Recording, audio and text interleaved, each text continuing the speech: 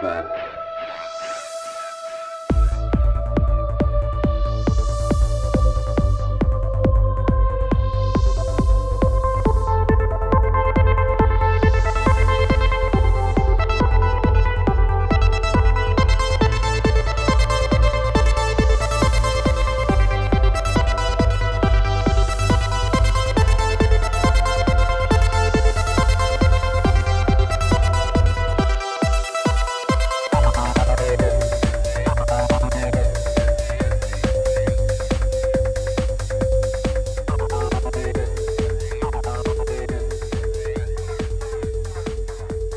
What's up? Another episode of Ripple Effect Podcast. I'm your host, Ricardo Varandas, also known as Ricky Varandas. And today we have a great conversation for you. We have two great returning guests. One is Valerie Baber, who was on probably 3-4 years ago. We talked about her book that came out around that time called Notorious VIP, Confessions of an Emperor's Club Companion. Really interesting book, really interesting personal story. I won't ruin that for you. Go back in the archives, check that out. Just look up the Ripple Effect Podcast and then look up the name Valerie Baber and it'll come up. I'm sure you'll find it. And she's also a model, actress. She did all types of stuff. She's a relationship and sex coach. She has a new podcast called Sex and Society, which is a really great podcast. And just a really interesting person. So she joins me with another returning guest, Andrea Lowell, who was on about a year ago, I think, if not a little longer. And she was on, we talked about health and nutrition. She was really into fitness and is a nutritionist and a personal trainer. And she also has a history of modeling and actressing and also worked at Playboy. And they actually both know each other. Recently, Andrea was a guest on Valerie's podcast called Sex and Society. And then when I saw that, I thought, why not get them both on my podcast? Because I've been actually brainstorming on some really fun past guests that I haven't talked to in a while that maybe I want to have them back and just catch up on the podcast. So it just worked out because I'm like, oh, they actually know each other. They both worked at Playboy roughly around the same time. So figured I'd have them on and have kind of a roundtable discussion and end up going as predicted. Just a really fun conversation. We talked about everything from social issues to conspiracies to health and nutrition to depression and anxiety to addiction. I mean, so many different things. I think this was a really fun and beneficial conversation. Like I always say, I always get a lot from these conversations, and I hope you guys do too.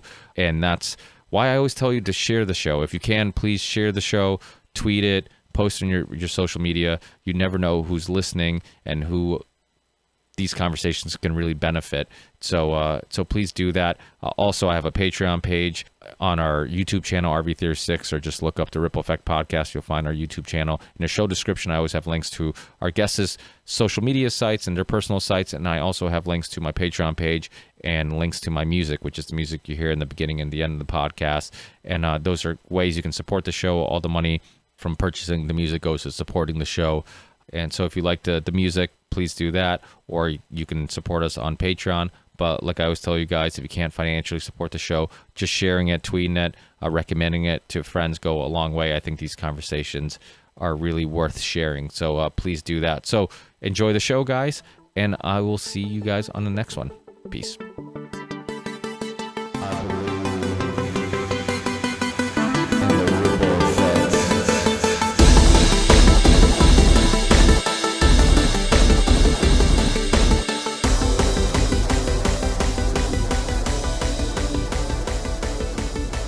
Hey, how are you?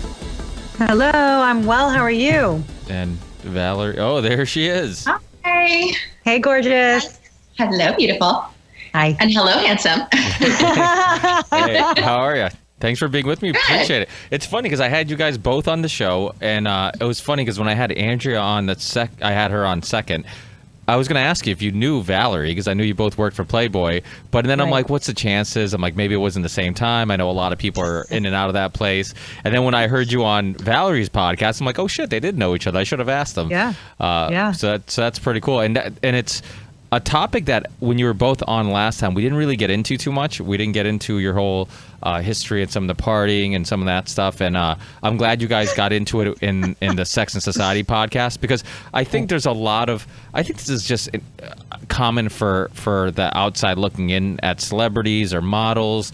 And I know Christopher Ryan, I forget what the name of the model was, a really pretty blonde model that was on his podcast, and she really talked about some of the more depressing aspect of modeling, like the fact that, you know, you're constantly around fake people, everybody needs you to be beautiful and your most beautifulest all the time, and all that type of pressure. And I'm glad you guys got into that, because it's very easy to, you know, see pretty faces and see smiles, and for a lot of people to envy that and then look at their lives and be like, oh, I wish I was beautiful and happy like them. And it's not necessarily all it looks like from the outside looking in. So I'm glad you guys talked about that.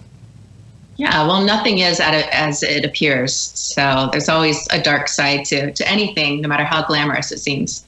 Absolutely. And I always tell people too, especially when looking at social media or pictures of gorgeous models, don't compare your insides, like the way you're feeling, to people's outsides. You know, completely different. This facade we put on, these images we produce, they have nothing to do with what's really going on with us. So try not to compare, envy, because it's an illusion, right? I mean, obviously me and Valerie, we're pretty girls. We're not going to lie about that. But it's like, you know, we're not walking around all day, every day, full glam, fake eyelashes, hair extensions, you know, fake tan. We just don't do that. But I did not wake up like this. Hell no. So do our Playboy pictures look like that? Oh, above and beyond. Absolutely. So what was trickery.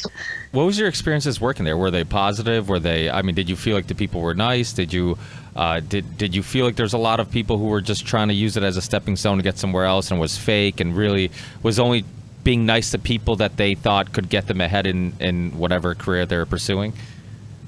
All of the above. Really? Yeah. All of the above. Valerie, you want to take that one first? I can't think of any specific. I'm sure that happened. I think everybody is there trying to, trying to do a good job, but also get to the next thing. But I never felt like there were negative attitudes. I never witnessed negative attitudes. I wasn't a victim of anyone's. I didn't feel stepped on, so I personally didn't encounter that. But sure, who of us isn't looking to build our career? Absolutely. But you and I, Valerie, we're like realists, and we know our talents, we know our abilities. We go in, we see maybe this is as far as I can get here. Okay, cool. Next. You know what I mean? But I think for the most part, Playboy, from our experience, you know, Valerie and I worked primarily for Playboy TV. Of course, we did pictorials and all of that, special edition, Cyber Club, whatnot. But we came in really knowing who we were and what we wanted from it, and the people we directly worked with in those avenues of Playboy, because Playboy is a million things. It's fragrances and licensing. It's the actual magazine. It's TV. It's radio. There's so many facets of it. So the facets that Valerie and I worked in were rad people, like the production, directors, writers, all that. Really, I never got any weird vibes, heebie-jeebies, any of that stuff. Were there girls that were opportunists? Absolutely. But in that regard, you can only go so far. You know, there's no like sleeping with heft to get ahead at Playboy TV. That just does not happen. But I can think of a couple girls that definitely tried those things, but people they weren't playing like that at Playboy TV for sure. And I heard you talk about it, Andrea, and very openly, which I think is a good thing, because I think sometimes it brings people some type of easier to deal with things when they realize other people are dealing with similar things in regards to, you know, your drinking and all that stuff. And I love that. Anytime somebody's super open with their personal experiences and struggles, I think it's the same reason why we love music that kind of taps into maybe some of the same situations we're going through. It's just, you know, you love depressing music because sometimes that's how you feel, and it's nice to know somebody else is feeling like that. And so was it hard not to get caught up in that lifestyle of just partying and drinking? And do you think it was a personal internal issue that, you know, or do you think that would happen regardless, or do you think it was maybe being in that atmosphere and you getting caught up in that? Working at Playboy and having a drinking problem was just like pouring rocket fuel on like a little flame that was festering. When it's applauded, when it's glamorized, when you're getting no consequences for your actions, you're actually, you know, getting literally applauded when you come into Playboy Radio wasted from the night before, talking about some wild threesome you had. You know, it's like, okay, they like my drinking, they support my drinking, it's a drinking atmosphere. So in a lot of ways, it kind of hid the fact that it was problematic for me because it was so welcomed by my work, but it's also part of the lifestyle. No one's going to the mansion to sip on herbal tea. You know, you're going to get wasted, and it's part of the fun. And that's, you know, you open up and now you're hobnobbing with celebrities and now you're doing this and that. And you just think it's part of the lifestyle. It's kind of like, you know, when you get to college and you while out, you think like, oh, it's a rite of passage, and you go through a phase. You think it's the same thing. Like, I'm in my, you know, late teens, early 20s. I'm living the Playboy lifestyle. I'm just fully embodying it. And you can't even see it as a problem because it's so normalized. And I don't think that's necessarily specific to Playboy so much as all of Hollywood. It's just, you know, everyone is effed up all the time. And it's so easy to get a hold of anything you want. No one's checking your ID for anything. You know, people have stuff in their back pockets. People are passing little things around. You're just like, all right, I guess if this is the lifestyle, if this is Playboy, if this is Hollywood, if this is TV, bring it on, because it's fun until it's not fun. And it was fun for a long time. A long time. Mm-hmm. And I remember a lot of social invites after we would wrap at Playboy TV. You know, the group would go out for drinks. That's what we did after the show was done. And then when I was working on Etc., I'd go to really fun places like Amsterdam. You think I'm not partying in Amsterdam? Yeah. Absolutely. So yeah, there was a lot of that. And I wouldn't say that we were encouraged, but it does, like you said, it becomes normalized. That's just what's available to you. It's easy. It's fun. It's a bonding, a way to bond with your colleagues. So yeah, of course you're doing it. Yeah, and like Valerie's saying, no one was like, oh, here, you're going on air, have a drink. Like, no one was forcing it on us, but at the same point, no one was getting mad at us. And especially with certain production teams for certain shows, there were some heavy drinkers on, you know, themselves. And so that was part of it. And when you do get paid to travel and, you know, it's kind of like a working vacation, of course you're going to get crazy too. And you're doing it with your staff, with your director and your producer and your camera guy. You're all getting faded. And you just think it's part of it because you're traveling on Playboy's dime. And you just don't really think too much about it when you're in it, except for I am one lucky motherfucker. Yeah. Mm-hmm.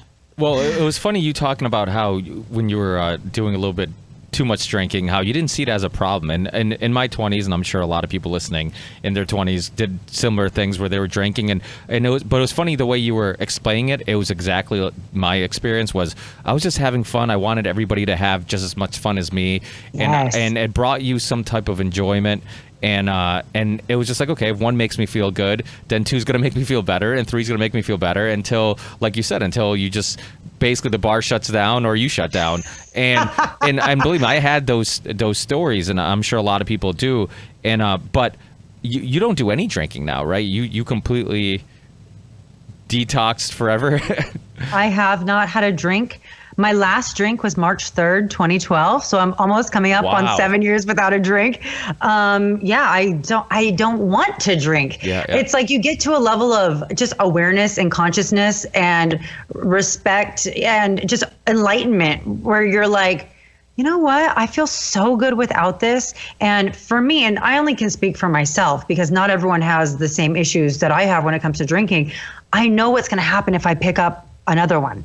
I'm going to end up, you know, getting in my car, probably driving, getting a deal. I'm going to be crazy because that's what my history has proved. It's proved that I really can't control it. So I'm not going to test fate, and I'm just not going to pick up the first drink. I mean, it's pretty cut and dry for me, but not everyone is like that. A lot of people can have a couple and not, you know, end up weird places with weird people. You know what I mean? I'm a little extreme when it comes to my drinking, so it's best for society that I don't.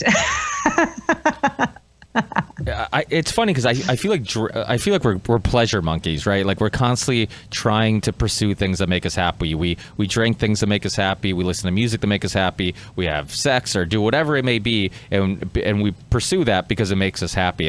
And I think a lot of times, sometimes there's people who are unhappy and they find, you know, like when you talk about sex addiction or alcohol addiction or any type of addiction, I'm curious to know, like, how much of that is a internal issue that is possible, because it's all about pain, like pain management, right? So even if it's physical pain, you're taking pills to deal with it. If it's mental pain or emotional pain, sometimes it's a substance. Maybe it's sex that makes you feel alive. Maybe it's, so I think a lot of these issues, you look, society looks at things like, oh, it's all about the substance, right? That cocaine or whatever, or alcohol has these addictive properties. But I'm sure you guys are familiar with, and I'm sure my listeners are going to hate the fact I'm bringing this up again, because I'm always bringing up this experiment because I think it's so important, about the mice experiment. They put water or cocaine in the water. It kept going back to the cocaine. Then it died. Then these really intelligent scientists and psychologists are like, well, one thing we're not taking consideration is the cage has become a part of the experiment. So then they create this thing called Rat Park. And so what Rat Park is basically they took this warehouse and created its natural habitat, where they had other mice to mate with, they had places to run and play, food, all this stuff, and they did the same experiment. They put two things of water, one with cocaine or heroin, I forget which one they used, and then one without, and to see if it came back. It didn't come back. It came, tried it, it left, and never came back.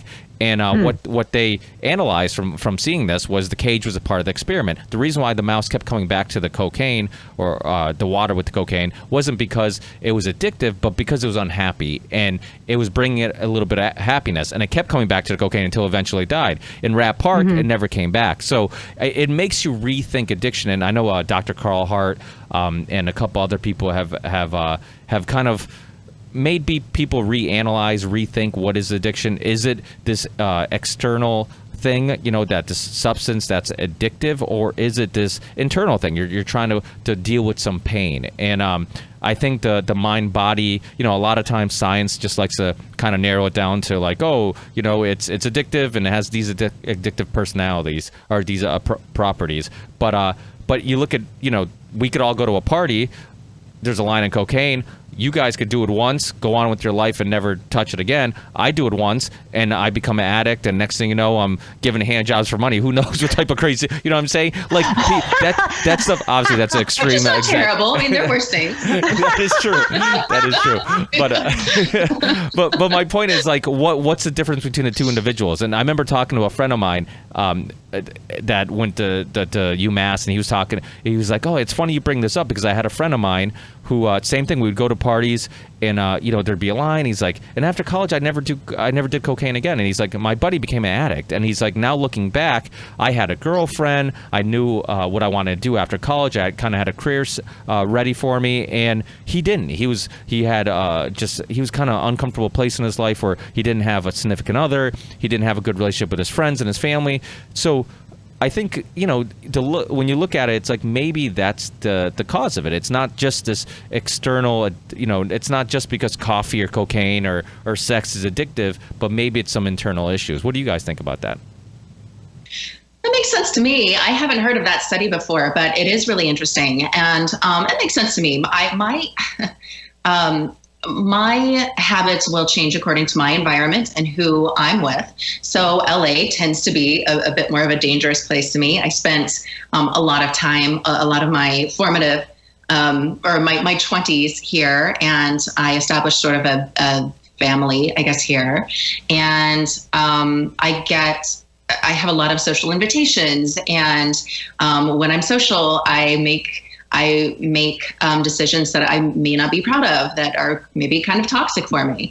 In other places that I lived, I have less of a community established. So I get less invitations to go out, so I'm less likely to do toxic things. I was my healthiest when I was overseas studying. This was after I left Playboy, somewhere around 2006. I was like, my life is not going in the right direction. I need to get out of here and figure out what I want for myself. And I pursued academia for a while in the UK, and I completely removed myself from everything that I knew, everything that I was comfortable with, everybody. And my diet became healthier. I stopped drinking. I started exercising daily. I felt great without stuff And I was making the healthiest decisions there. I mean, I eventually came back because you miss home, and the UK isn't perfect, and my visa expired. And I came back, and I'm trying to incorporate some of those healthier decisions that I made when I was removed from the environment that I knew. But it definitely is hard, because now I'm back in what for me is a very party oriented city. It's just here's booze, here's stuff, here are pills. And it's challenging for me. So Valerie's, I think her perspective is awesome, and her experience is very indicative that she's like not a addict or alcoholic, because it's environmental, it's situational. She can do all these things. To someone who does get hooked, there doesn't need to be pain present. Does it make for a great episode of Intervention? Yeah. Is it a great excuse? Yeah. Oh, I was abandoned as a child. Oh, my girlfriend just dumped me. Oh, I'm failing out of school. We can make all these excuses as to why we drink, because we're not addressing the real issue, which is a lack of spirituality. So, and that's for all addictions. It's online shopping, it's sex. It's like, I'm trying to fill this spirit-sized hole with sex, with alcohol, with drugs, and I just can't get it. Therefore, I have no self-love. That's why everything in my life is looking dark and dismal. And I can say it's those things, it's external, but it's all from within. So someone who actually loves themselves and appreciates themselves can party for a night, for a week, for a month, and then be like, I don't need it, because they're having fun. Whereas the addict needs it, because there's no other source of just harmony coming from within, as it should in a whole mind, body, spirit, person who's worked on their Trinity. So to me, all addiction, no matter what it is, even if it's, like being on Amazon every day or being on Instagram, it's what something's not right spiritually, and it stems from self-love, and just really knowing ourselves and knowing our divine nature. So I know for me, like as soon as I had my spiritual awakening, I never needed a drink ever again. And everyone else I talked to that's also had like spontaneous sobriety, because I was drinking one day and I was not drinking the next. They describe a very similar thing to me. It's a spiritual issue. So I think that's the difference. And also, before I started drinking, it was extremely spiritual, completely different than it looks now. But I was not, I was drinking once in a while, like at a high school party or something. But then once I kind of drifted from that and denounced all the spiritual side of myself, the addictive stuff kind of poured right in, because we have to have that connection, at least in my opinion and in my experience. So I don't think that it's necessarily truly external pain. I think external pain is a symptom of the internal pain, and it's just something we can see and blame, as opposed to taking responsibility for our own actions and our own real spiritual bankruptcy within. Yeah, that kind of sounds like you're saying the same thing that they proved with the study, that it is this, like there was this sense of being unhappy, and that was what you were trying to fix. And it wasn't, it looked like you were just having a good time or whatnot, but there was some internal issues. And then once you found some spiritual fulfillment, then you didn't feel like you need the substance anymore.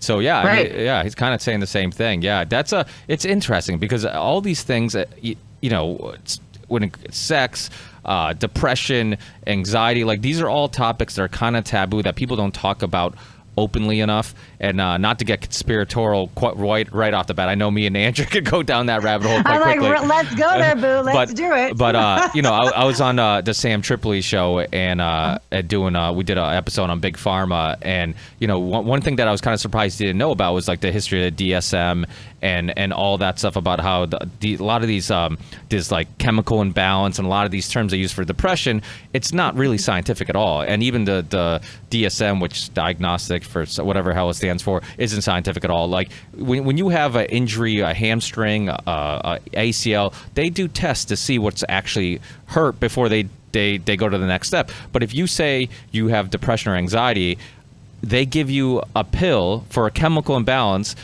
that they never check to see how imbalanced it is, which chemicals imbalanced. So you become just guinea pig. And a lot of these drugs, all they end up doing is, and a lot of this was pushed by big pharma, they just end up suppressing all emotions, and you become a zombie.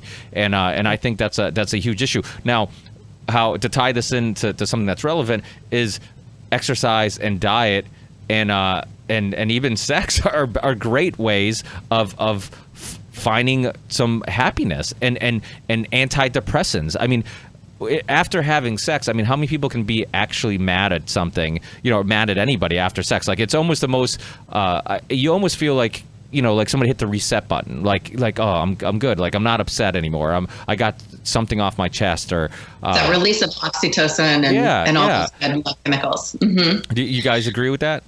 Yeah, I agree with that. However, you can take one addiction and transmute it to another if you haven't addressed the root problem, which is your inner condition. Because I know people who stopped drinking, for example, and now they're addicted to the gym and they're gargantuan. They're in the gym 3 hours a day, 6 days a week. So if you're not addressing the root cause, you can take these healthy things that are nature's gift as antidepressants. There's the most underused antidepressant on earth is exercise. Absolutely. When done, with the right intention. So we just have to really be self-aware to know, why are we doing these things? Are we doing them to feel good, or is this just another addiction? Because there's orthorexia too, which is like this insane obsession with what you're eating. And, I've been accused of, I'm like, oh, nah, bitch, I really don't care that much. Like, I care, but I'm not neurotic about it. It's like, you can take anything healthy, and if you haven't addressed what was the problem in the first place, it's just going to avalanche into that problem in another arena of your life. So it's really understanding yourself. And I think the key to anything is true self-awareness. And if that means you need to meditate, you need to do an ayahuasca, I don't know what it means for you, but do it. Well, what's his name? Hari. He wrote the book Lost Connections. I had him on the podcast last year when he was promoting the book, and he talks about how that's what it has to do with. It has to do with connection. It has to do with the depression, and a lot of the stuff comes from just we've created a society where we promote that happiness is this road of materialism and getting promoted, and you should just work, and that's the road to happiness. Do that and you'll be happy, and look up to the people who are successful financially, and you don't look at you don't see the backstory of maybe their completely dysfunctional relationship with their kids, their significant others, all this stuff. And so I think people go down that road and they realize, like, holy shit, I'm unhappy. I have material. I mean, you see with celebrities, you see celebrities that are addicted to drugs, pills, whatever, and they're unhappy. And you, from the outside looking in, you're like, okay, well, they're attractive, they have money, they have fame, all the things that we're told that will bring us happy. Superficially, look very, very good, very alert. But there's always a backstory, and you don't see that on Instagram. You don't see that in the movies.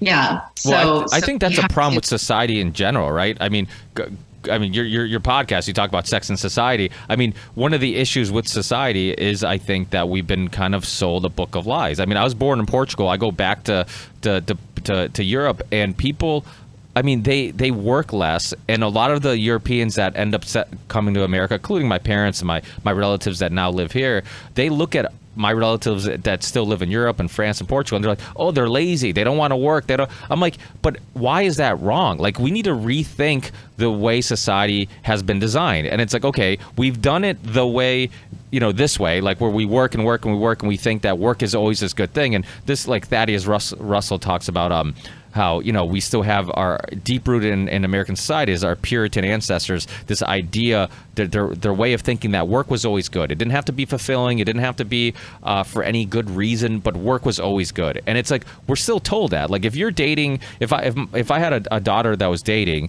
and she was dating a struggling musician or a CEO at some banker or some he was some investment banker, I'd be like, hey, date the investment banker, even though he's probably some shithead who's cutthroat, has no morals, and the musician probably would treat her better, but because he doesn't have a high paying job or he's not working, so my point is, and I'm not saying that you shouldn't have your life together, No, we get it. But you get what I'm saying. Like, we almost get looked down upon if you pursue happiness instead of pursuing financial gain. It's like, you look at like in schools now, what's the things that get cut out? It's arts, it's, music. Those are the things that are kind of poo-pooed, like philosophy. Oh, you're studying philosophy. What are you going to do with philosophy? And these are the things that really mold who you are and help you understand not just yourself, but the world around you. And I think that's super important. And I should probably follow up with a question, but I don't have one. So if you guys want to jump in. No, but I feel like everything you said, it's like society has constructed that same rat experiment. We're in this box. You're right. Yeah. And so no one's happy. It's bullshit. So we have to keep trying to go to these things, whether it's cocaine, TV, whatever, to try to just get happy because we're in this box. We're trapped. We're prisoners because everything that the system has taught us is completely against our nature. So of course we're unhappy because we are nature. And here we are like in, concrete jungles all day and staring at screens and sitting down. Like that's not what human beings were designed to do. So we can be miserable. And especially when the mentality is, win big, earn big, show off. It's like, who gives a flying fuck about materialism? Especially because, we all know so many people that are so beyond rich that are just miserable. And, the happiest people are, like a little kid playing in a cardboard box is like freaking happy. So it just goes to show it's not about what you have. It's about your inner constitution and using yourself as your point of reference instead of the outside as your point of reference.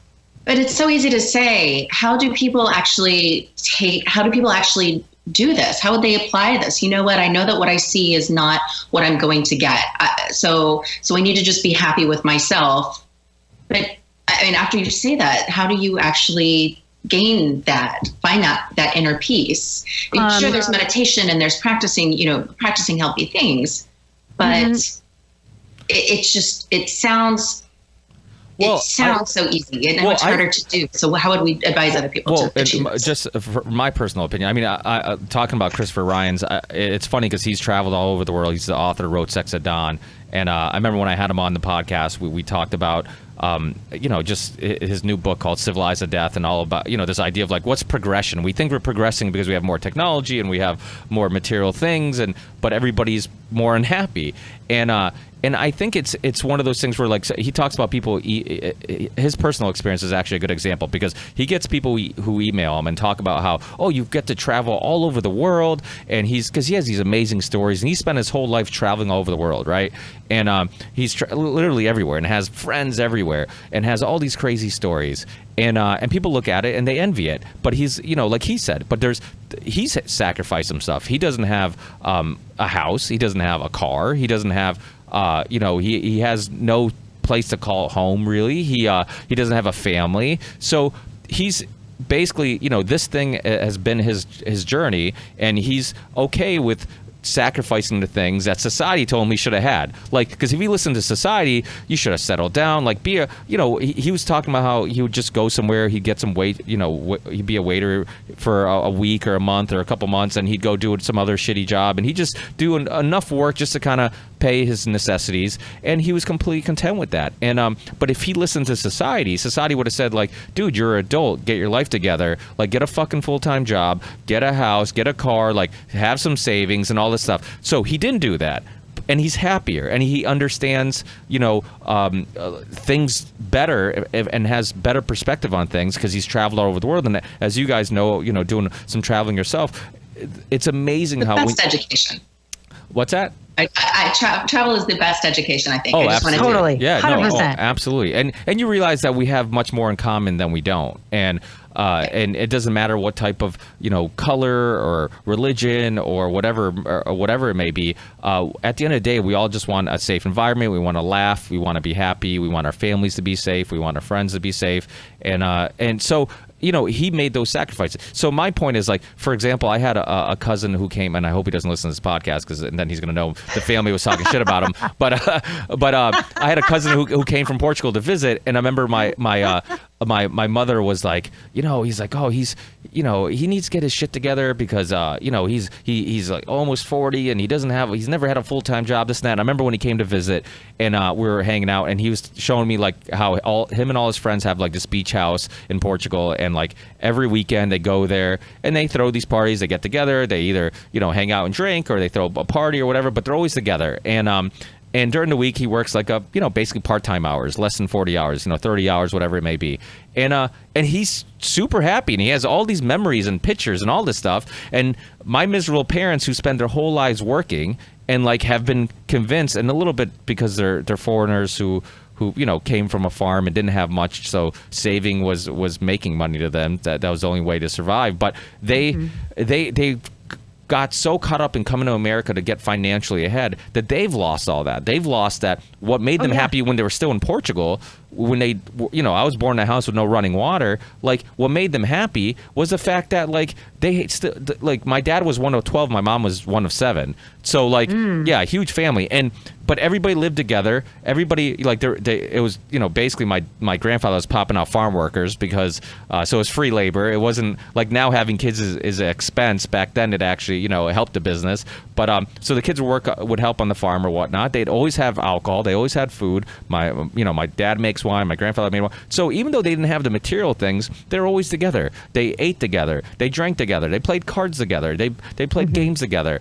And it was completely okay. And it reminds me of some of these studies where they find these tribal people in like the Amazon who are completely detached from all other civilizations. They have no signs of anxiety and depression. And it's like, how could they? Because without TV or social media telling you that you should have these things, or this person is happier than you because they're doing all these things you're not, you're completely okay with it. And I think I don't know who it was that talked about the study where it seems like the places where people are the most oppressed are places where the poorest people and the richest people, it's a further gap.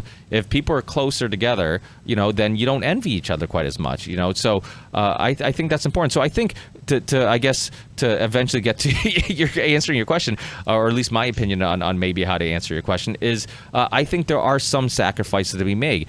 I own I and my family own a small little construction company, and I could make more money. I could work more. I get people that ask me all the time, do you want to do this? And I'm like, no, I want to spend more time with my wife. I want to spend more time with my kids. I want to spend more time with my friends. And to me, the sacrifice of making a little bit more money and being more, more tired, less sleep, less free time, that means that I'm going to be probably in a worse mood. I'm not going to be as good of a husband. I'm not going to be as good as a father. I'm not going to be as good as a friend because I'm not going to have energy, and it's going to affect everything. And to me, it's like that. It's not worth having maybe a little newer car, a little bigger house, because at the end of the day, you talk about children. I think it's a perfect example. Like, my kids don't give a shit if I raise them in a multi-billion-dollar house or a $100,000 house. Like, they just want dad around. They love being around me. We play. And at the end of the day, like, that's what's important. And you see kids who are raised in multi-million-dollar houses and hate their fucking parents because their parents think that parenting means going to work and paying for that expensive school and paying for that house and all that stuff. But it's not. It's connection. It's being there. It's both. But I think we've swayed too much the other way. And I think we just think parenting. I mean, look at these suicides. Again, and I think SSRIs and stuff like that have something to do with these mass shooters. But I also think, like, if I was so depressed that I was making a bomb in my room for like 2 months and putting together this plan, my parents forced me to have family dinner every night. Eventually, my mom would just annoy me enough to be like, what the hell is wrong with you? Where I would just give in and be like, okay, I want to blow up the school. It's like, I probably wouldn't say that, but I would say, like, hey, I'm having some issues at school. I'm getting picked on, or somebody's bullying me, or I broke up with my girlfriend, or she broke up with me, or whatever. I would eventually kind of say something, and you'd pick up on it. When you see these kids that are depressed for forever, and their parents say, oh, I didn't pick up on it. I thought he was okay. It's like, you're not present. You're not there, because how is your kid suicidal and you're not picking up on something? Like, you might not be able to get through to him because kids will put up a wall and say, I don't want to talk about it, but you'll be like, okay, maybe I can't get through to him, but let me talk to his friends. Let's try to get him help. Let's do something. But to be completely unaware, I think this is because, go back to the issue with society. We've told people, it's like, if you don't take the promotion. You're lazy. You're not a good worker and whatnot. And you hear that over and over again about kids today. Like, oh, kids today are so lazy. Maybe, or they looked at their their alcoholic parents, their divorced parents, their unhappy parents. Like, fuck their lives. I want to have a different life. I'm sorry, I'm getting wild up here. Bring the passion, baby. We love it. Yeah. Everything you're saying, it's like you're reading my mind. I always go back to tribal civilizations, how they're so happy, how if someone is not feeling well, how the tribe or the community will rally together and they'll lift the spirits of the person who's not doing so well, and they do it together, and they do it in unity, and they do it without materialism. So how do we do that? To answer Valerie's question, obviously our brains, well, one, we've been programmed. So we have to understand, one, it's like addiction, like admitting it. Like I'm admitting I've been programmed and I have a desire to not be programmed. So I know that my neural pathways are connected in these certain lines of expression. The dendrites are firing this way. How can I change that? So there are practical applications you can take. You can start with a gratitude practice. And I know it's like, oh, gratitude, buzzword of, the last decade, but it's because it's true and it has a lot of weight. It's a frequency, it's a vibration. But also when you train your brain to go from, I don't have this or I want that, to look around me and I'm so grateful. So well, I do this every day. I do it while I drive. I do it as soon as I wake up. But I'll give you an example. Like when I'm driving, I feel the sun on my skin from, either if the window's open or through the window.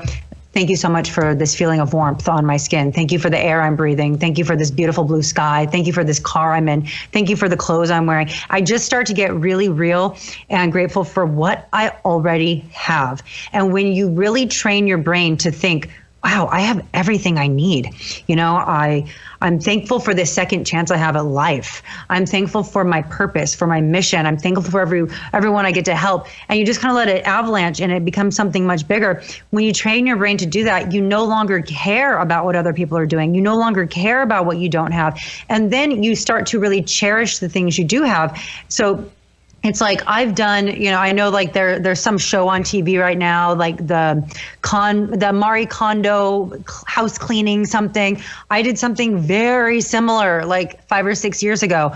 I purged my house. I got rid of 22 trash bags, big black trash bags of clothes, shoes, and things. And I gave it all to the Salvation Army because if it didn't bring me absolute joy, why am I cramming my house with it? So you become almost like a minimalist. And it's not to say I don't value and love nice things. I absolutely do, but they don't own me. I own them. So when you start to really only have things around you that truly bring you joy, you don't need all the excess bullshit.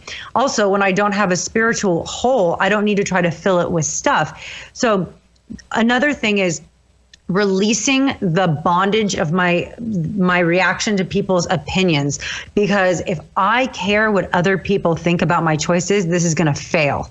And that's the hardest part. When you tell people like, oh, I'm practicing gratitude, or oh, I'm getting rid of stuff, or yeah, I'm taking less hours at work, like Ricky's talking, like, what are you talking? You're taking less hours. Like, what about your 401k? What about your insurance on your house? And it's like, whoa, I'm good. Like, I'm trying to be serene, and you cannot teach or explain serenity to people who don't have it. So as long as you're okay to deal with the pushback from your family, because I know that I get it from like my mom, like, you're crazy, you're going to lose everything. I'm like, no, I'm not.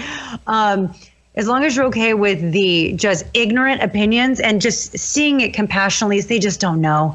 And doing what you need to do for your own inner joy, then just abandon yourself to it. But it really truly starts with gratitude and appreciation for what we already have. And that is something that you have to practice and learn, rewire your brain, and then that'll create a psychic shift. And it's a psychic shift that's necessary because we've been programmed since before we were born in our mom's uterus. So it goes deep. It goes deep. That's my suggestion as practical things that we can do to kind of get there, because, some people do have an awakening with the help of entheogenic, like a plant medicine, or, they go on a journey, they do a 10-day Vipassana, silent, retreat or something, but you don't have to do that. You can do it yourself with your brain and your heart. And if it feels silly, just keep doing it anyway. But being locked into your phone definitely isn't going to help. I think we need to rely a little bit less on technology. Yeah. And also, I'm very sensitive to my surroundings. It's interesting that you mentioned you kind of cleaned your house and you got rid of 20 bags. I think that environment has so much to do with my happiness at home. If I have a neat, organized place, I feel more relaxed. The stress goes away. If there's clutter, I get tense and my vibes are all wrong. What is it? What do they call those circles? Energy circles, Andrea? Chakras. Yes, they start rotating in the wrong direction, counterclockwise. So for me, it's important to take the time to make sure that my place is clean. My laundry's done, my files are organized, and even little things like that make me feel better just in general. So there you go. It's like if we have a chaotic environment, even though some people are okay with that, it will eventually creep in because we become like our surroundings. And especially if you're highly empathic, and Valerie, I know you are going to take on the energy of stuff around you. So again, it comes down to self-awareness. I know I'm highly empathic. Valerie, I know you are. I don't know so much because we haven't spent that much time one-on-one together, but we will take it in. So it's so important that we are taking in either the energies of other people or the things around us, of really the beauty and the harmony that we want to cultivate in us. And I think that's also too why you, Valerie, especially, like you're able, like when you're with certain people or traveling to certain places, you'll kind of take on that environment, that lifestyle, you'll party with them. But then when you're not there, you don't even need it. Mm-hmm. So yeah, we only know this when we understand ourselves, and when we do that, then we're free of these shackles. Hey, I know that I'm, doing this because, the TV told me that was cool. Okay, wait, I think I just understood that I'm being manipulated. So it's like as soon as we start understanding, then we can start putting things into practice. The biggest failure, though, is when we start to see, the system around us and the programming around us, and we're just like, fuck it. It seems like too much work. I'm going to do nothing. That's the worst. And it all starts with little tiny steps. It's not like this. Some people can have like a grand full blown awakening in a second. They call it a satori. It's like instantaneous awakening. It's possible. But for most people, it's one thing at a time. And if that means getting rid of the things in your house that don't spark joy in your life, or if it means, starting a daily gratitude practice when you wake up and keeping accountable, I'll have like email chains with my friends. Or like a text thread. We'll all do like 10 things we're grateful for and send it to each other every day. So, because if I'm left to my own, I probably would stop.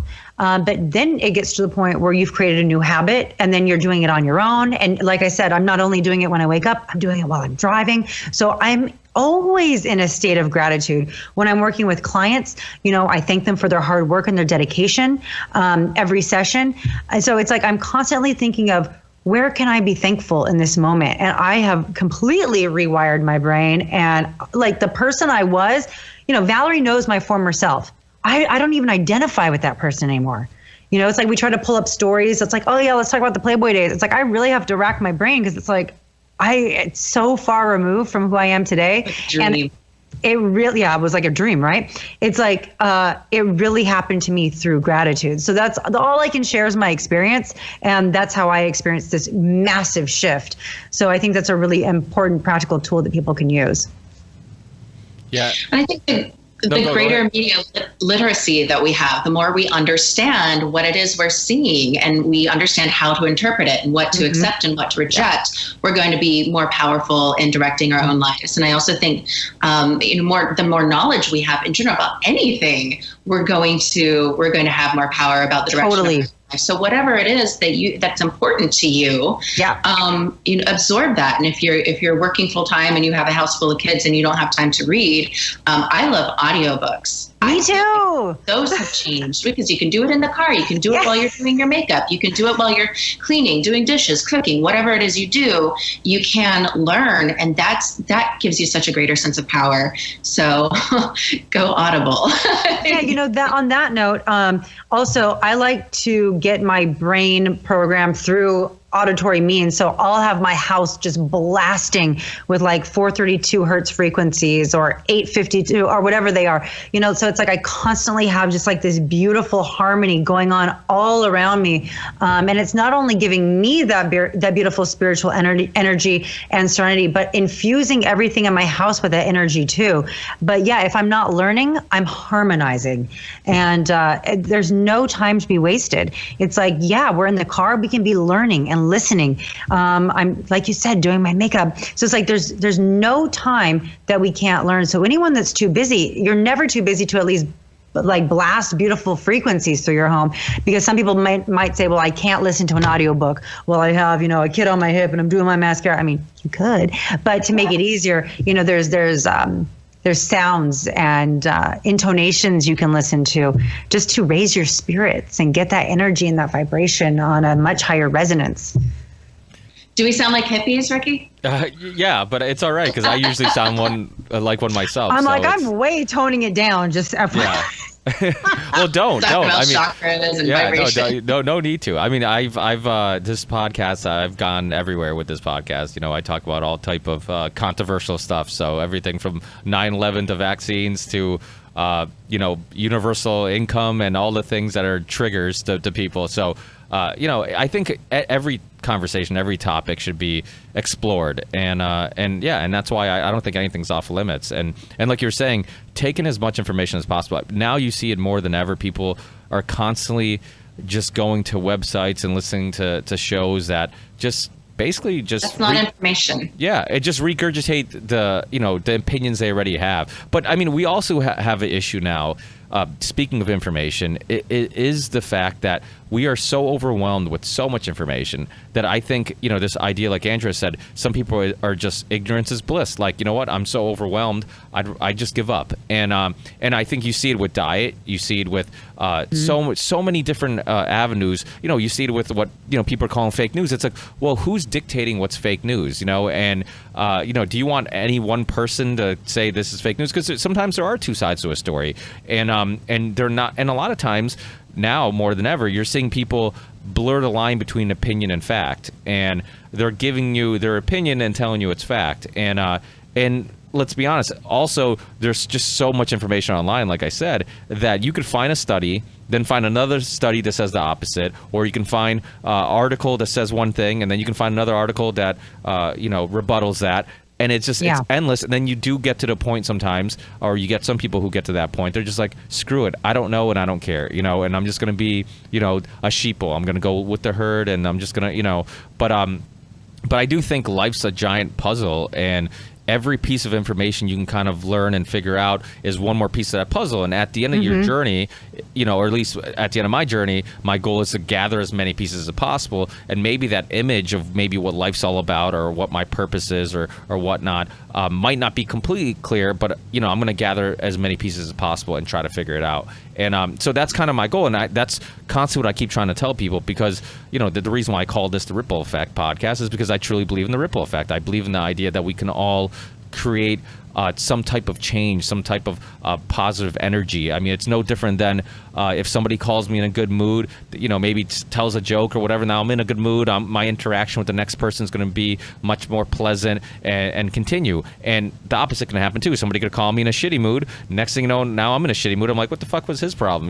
And that's going to continue. Okay, so, maybe you are an empath too. Maybe you're an empath. but you get what I mean? Like it's even those little things, and like you were talking about, like just constantly being grateful. I say like one of our biggest problems is that we're constantly complaining about the shit we don't have, and we don't spend enough time appreciating the things we do have. And the only good thing that comes out of tragedy sometimes, if it's a death of a loved one, if it's a some bad thing that happened to somebody close to you or to yourself, is that it makes you put things in perspective. That's like, holy shit, I've been spending all this time ungrateful for the shit I have, and now that things are bad, now I should have appreciated that stuff, or when somebody a loved one passes away, you're like, holy shit, like I keep waking up every day thinking it's going to continue happening. I'm just going to keep waking up every day and I'm going to continue my life. And it's like sometimes you need something that makes you put on the brakes, and it's like, oh crap, like anything could happen. And I always say, like, we always read bad stories, like tragic things that happen, and we always think it's like some really unlucky family or people that this stuff always happens to, and it never happens to us. It's like, that stuff's not going to happen to us, and it does sometimes. And when it does happen, I think you can obviously mourn, and that's completely okay. But I think you can also take it in a positive way to make you reanalyze, like, okay, am I taking shit for granted? I sometimes bring up this movie In Time with Justin Timberlake. It's actually a pretty good movie. I should say, I know you've never heard all those words in the same sentence, but I know that was baffling. Yeah, but Justin Timberlake was in a good. Well, I should say the concept was a good concept. Like, so it was this idea that everybody on their wrist could see how much time you had left on this earth, and the clock was running backwards. So every day you could look down and see, like, okay, how much more time do I have? How much more time do I have? I mean, what the cool, interesting part of it too was that the rich could pay for more time and live longer than the poor.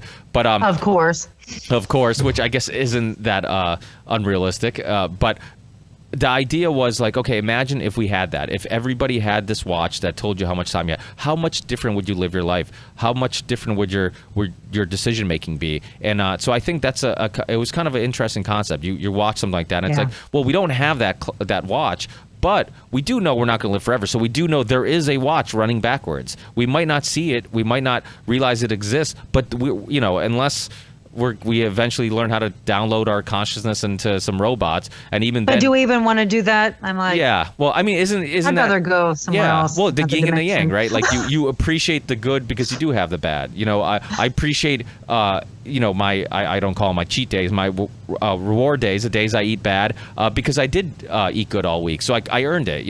I enjoy my whiskey and a cigar, on a Saturday night with some friends because I did work out and I did go to the gym and I did eat well, so I feel like I earned it. And you're right, if I only had that every single day, it would take the pleasure out of it. So I think, life is this yin and yang, and it goes into another really interesting conversation about what is consciousness, because again, after this conversation, we all might change just slightly. So it's like if we downloaded our consciousness into a robot prior to this conversation and post this conversation, it might be slightly a different person, right? So it's like this idea of what is consciousness is I don't think it's something that we're ever going to figure out, where you could download into a robot and it could continue or whatnot. But it is an interesting and fun topic to talk about. And consciousness, do we want to go down that rabbit hole? I mean, I explored consciousness several weeks ago with a psilocybin journey. Speaking of plant medicine, you, baby doll. Yes, that was interesting. I don't have answers, but I had some visions and feelings come up, and some extra things to think about. So extra, yeah. So I think that I'm better for that, but I can't answer still what consciousness is. Well, isn't it so funny that when you do a plant medicine like that, you're able to see so much more, which makes you realize how limited we are actually viewing this existence. Right. I don't know if you want to call it an illusion, a hologram, whatever you want to call this. So it's like, it's so cool that we get to break down those walls when there are plant medicines involved and expand our consciousness. But are we talking about the way we experience this realm? Is that what we mean by consciousness? Or do we mean the actual observer, that who's hearing our thoughts? Mm-hmm. Is that consciousness? So yeah, there's a lot to consider in that conversation. Maybe that's a whole different podcast. Yeah. Well, I think that's where, I had, I'm sure you guys are familiar with Terence Mckenna. Of course. And I had Dennis Mckenna, his brother, on, and he explores plant medicines and all that stuff. He's done tons of great work. And but there's tons of even medical benefits of these plants. 100%. Antidepressant, you name it. I mean, MDMA, I believe it was MDMA that had like incredible benefits with PTSD and absolutely. Yeah, I mean, people were having incredible. So it's like, and you hear people talk about DMT, you know, Graham Hancock and you know, talking about their Aubrey Marcus talk about you know, just doing an ayahuasca trip and how it makes you reanalyze and rethink everything. And I think people sometimes need to do that. I think it's really easy to think like you're a better friend than you really are, that you're, you know, constantly justifying your actions but criticizing somebody else's. That's what it is. Yeah. Justification right there is like the number one offender. Justified anger, justified self-righteousness. Ugh, it's the worst.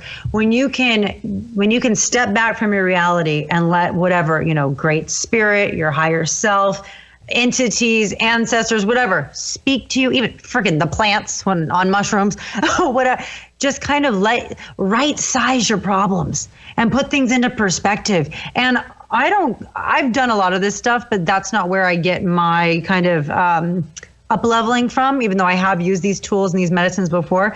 But it's like, it shows you what matters and what doesn't. Also, when you are able to expand your consciousness and see the vastness of everything, you realize how trivial this bullshit is. Oh, there's some sort of argument with our family. You know, then you do an entheogen and you see, it didn't matter. You know what? I'm going to apologize tomorrow.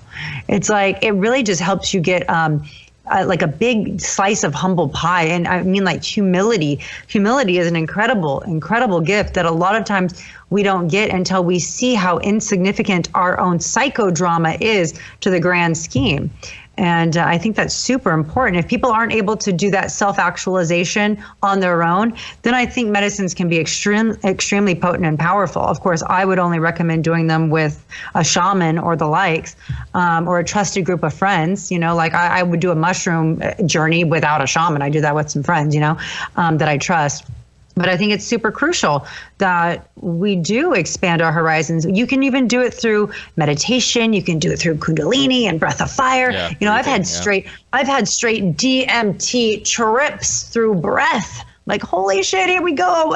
What the fuck? You know, so there's a whole way to do this. We're not saying plant medicine is the only way, but it is an avenue to explore. And I would just suggest lots and lots of research on making sure you're doing it for the right reason, with the right intention, with the right people. And I always suggest people do not do a medicine unless it's calling to you, you know, and if it is, answer the call. But if it's not calling you, don't go smoke some fucking DMT because it's all over Instagram for the last 3 years. That's the worst decision ever. Do it because it's calling you and you are very curious and you feel a spiritual connection to it. It's resonating with you and you're like, yeah, I want to do this. If there's fear going into it, you probably shouldn't do it. I had an invitation just the other week. A girlfriend said, hey, my good friend has some of this. He makes his own. And do you want to come and try it? And I do at some point, because I think it can be very revealing, just like the psilocybin said. I think that there can be lessons learned from it. It can be very healing. It can help me be more in touch with my spiritual side and happier, you know, with what I do have and not reaching out for more material things and knowing what's significant, what's insignificant in life. I think that there's something to gain from it, but I was like, now's not the time. I don't feel open to it. My heart's not ready for it. My mind's not ready for it. And I don't want to do it just because it's available to me, just because it's down the street. So, Right on, Val. I feel like I would have probably had a bad experience with it if I had done it that evening, because you really do need to be in the right heart and mind space to receive from those medicines. The magic of like DMT specifically, which just goes to show you every single thing on this earth plane has a spiritual significance, because I have done DMT several times and the medicine will not extract in my body. Nothing happens at all. Really? And because my ego was saying, let's do it. And the plant was saying no. The teacher was saying no, because it's a teacher. It's a sacred teacher. And it was just like, nah, not today. Not today. And so that to me that was a lesson I needed though at that time to teach me, you know, this is not just for fun. It can be, don't get me wrong, but this, like, we have an intention too. we by being the plant medicine, we have an intention, we have a responsibility. We're here as this sacred guide to your innermost self and other worlds and dimensions. You're not doing this if it's not for the exact right intention and reason. And I love that. And that was a lesson I received. And so I'm just going to pass that message along. But it was what I needed at that time. And I'm so glad it didn't, happen when I was trying to just, because we're just passing it around. Yeah. But I've done it several times where it's done absolutely nothing. So just goes to show the plant will tell you no also. It doesn't necessarily need to be a bad trip. It could be a no trip. Like, sorry, you're not getting any. Yeah. Valerie, was this the first time you messed around with plant medicines and psychedelics like that? Well, let's see. I've done plenty of MDMA in my time, and I didn't realize that that's actually considered a psychedelic, which is weird to me because I don't feel like that. I know that there are psychedelic elements to MDMA in my experience, but it's also very, very different. That was the second time. My journey was the second time that I had taken psilocybin, but the first time that I had taken it to that degree. Before it was just with a boyfriend of mine. We munched on a little sandwich bag, and I closed my eyes and there were some sparkles. Yay! But this was a very, very different. This was a very different thing for me. So the first time that I've ever done anything like that, and then I had a second sit a couple of weeks after that, which is what the therapist was suggesting. Yeah. And I could see myself doing something like that maybe once a year to just kind of reset and put myself in check. In addition to other healthy things, it is not, you shouldn't rely on these kind of things as the answer. Absolutely. But in addition to other healthy things, I could see myself doing that once a year. And what else have I tried? A hallucinogen that I've tried. I think that's it. I think what you just said, though, Valerie, was so important. I know so many people in the spiritual community and the conscious community that are so hopped up on all this all the time. It's how they stay in the zone. It's like the purpose of these things is to be put on the path. And then it's our objective and our responsibility as these sovereign beings to stay on the path through our own will, desires, purpose, methods, spiritual, practices. It's like, so yeah, these things will put us on the path. Should they be used once in a while, maybe every year or so to ground down, reset, recharge, remind us of everything? Absolutely, sure. But there's so many people that abuse these things, and in their mind, their ego will lie to them and tell them, oh no, this is just part of my path. Like I'm supposed to be on this stuff all the time. It's like, no, the fact is we came to this realm as human beings to experience this realm as human beings. We're not supposed to be out here all the time. Should we? Yeah, great. You can get meditation, like we're saying, breath of fire, do all that stuff. But we came here to experience this through this, my body being the platform at which I experience this realm. So if I'm a spiritual being, I entered here to have this experience, but I'm fucked up all the time, I have it wrong. So there's a time and a place, and when it's done with the right intention, and a lot of times we might do it once or twice in a lifetime and be put on that path, and we're able to stay on that path. So it's really kind of a good litmus test for where we all are. It's like combo, for example. There's some people who want it like every other week or 2 weeks. It's like, no, combo, which is a non-psychedelic frog medicine, will put you on that path to having your bad energy gone and all the myriad of other health benefits. But it's your job as a human being to stay on that path. We can't get reliant on these things, just like anything else. So I think it can get taken, I don't know, way out of its intention here. I think some of those people are actually self-medicating, and totally they're using the whole term spirituality, and they're like, oh, I'm just using this plant medicine, just like you are. So it's innocent. But how much of it is that addictive personality? Because like what we talked about prior, this idea that you just constantly need this thing to make you feel better because you don't have this internal happiness that you're searching for, and yeah.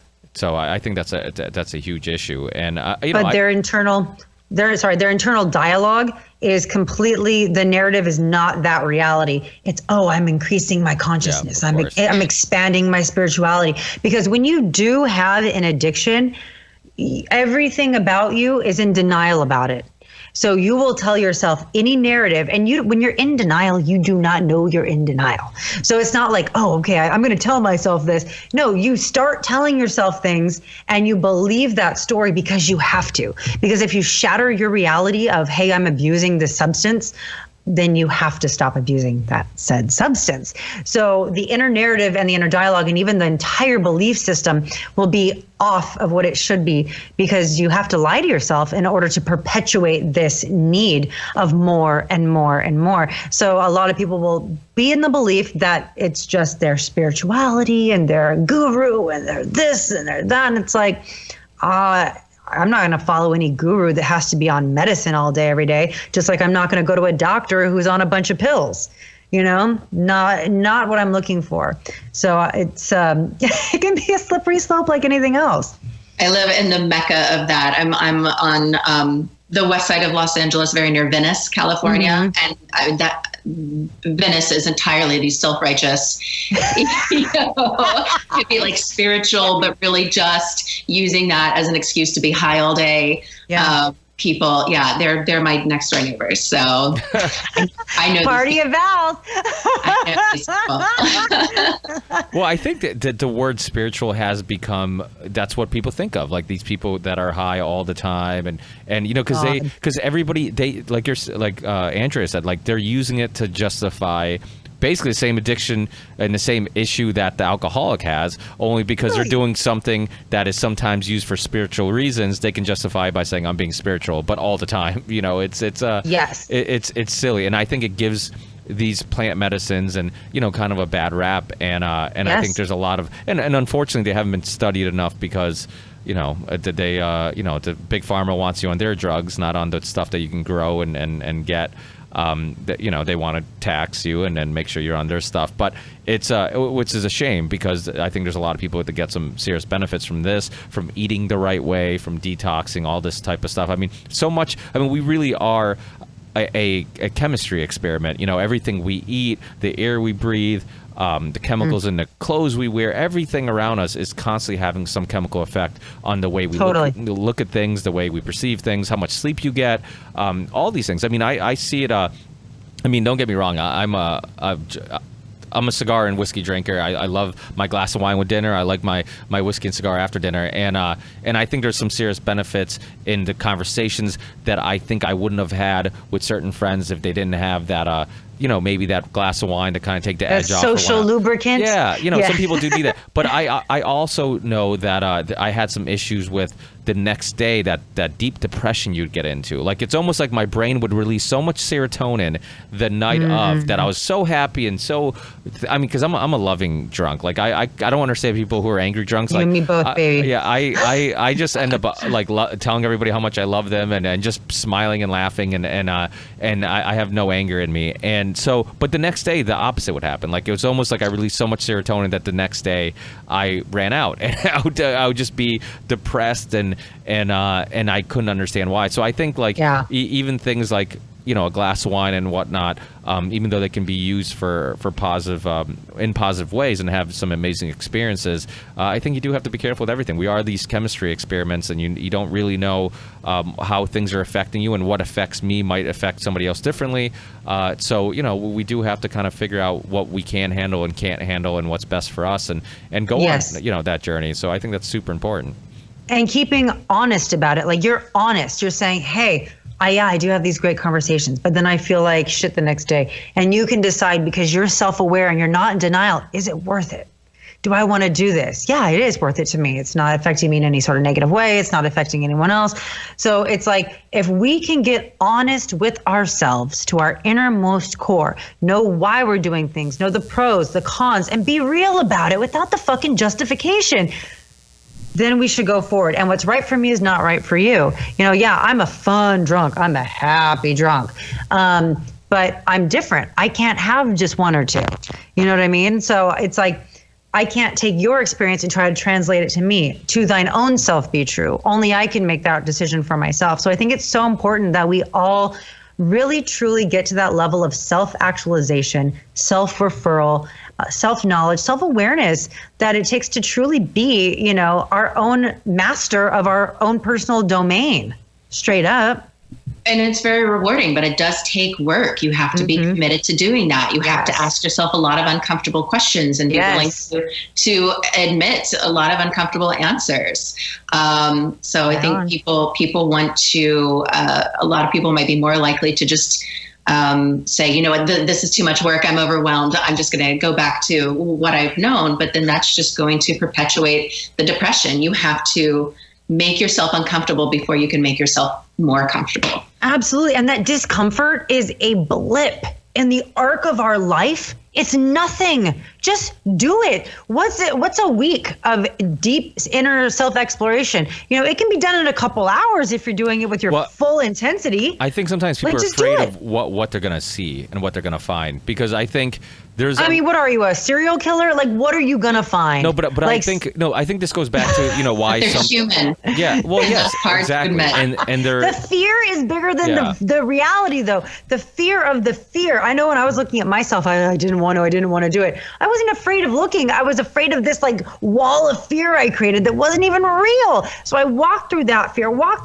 did the self-exploration. I was like, dude, that was not even anything. But I do think, like you said, we do justify a lot of stuff. Like we're constantly judging others, not judging ourselves. And I think if we spend more time just being honest about, okay, well, you know, maybe I'm not as good of I could be a better boyfriend, husband, father, whatever. Like, you know, a lot of times we don't, and this goes back to the lifestyles. Like, we spend so much time just going, got to go to work, got to go to the gym, that we never spend enough time kind of self-reflecting and reanalyzing our actions. And I think what ends up happening is that it's really easy to kind of just forget about maybe forget about how you overreacted about something, or you could have handled it differently. And I think, you know, you talk to people who do ayahuasca trips and stuff like that, and they talk about how, like, you know, they end up crying and tearing up and getting emotional because they realize, like, okay, maybe I'm not as good of a person as I thought I was. And that's not a bad thing. That just means that we understand that, like, there's room for improvement, that we're constantly, you know, because we're humans, we're all emotional beings, and sometimes emotions get the best of you, or sometimes you're seeing things from a perspective that at that time you seem like, okay, I'm 100% right, this person's wrong, and then, you know, you take the time to reanalyze. You're like, you know what, I could have handled that differently. Now I kind of see things from their perspective. I see where I could have done that differently. And we having all those internal conversations and debates, I think, are important. And I don't think we do that. And I think, like you were saying, like, no, we don't do that. You know, I think we do justify things. We do think, like, okay, that person could be a better friend to me, but we don't think about the times maybe I blew them off, or the times that maybe that's the ticket. All that type of stuff, you know. No, that's exactly what it is. So what I do personally, and I know this is going to sound like this woman is crazy. Every night as I'm going to bed, I lay there, and it takes 5 minutes max. I chronologically go through my day from the moment I woke up to where I am right now in that bed. And I think of everything I did, everyone I talked to, every interaction I had, and I look at it. I do exactly that. But how was this? And if I realize, oh my God, I was kind of rude to that lady at work, you know what I do?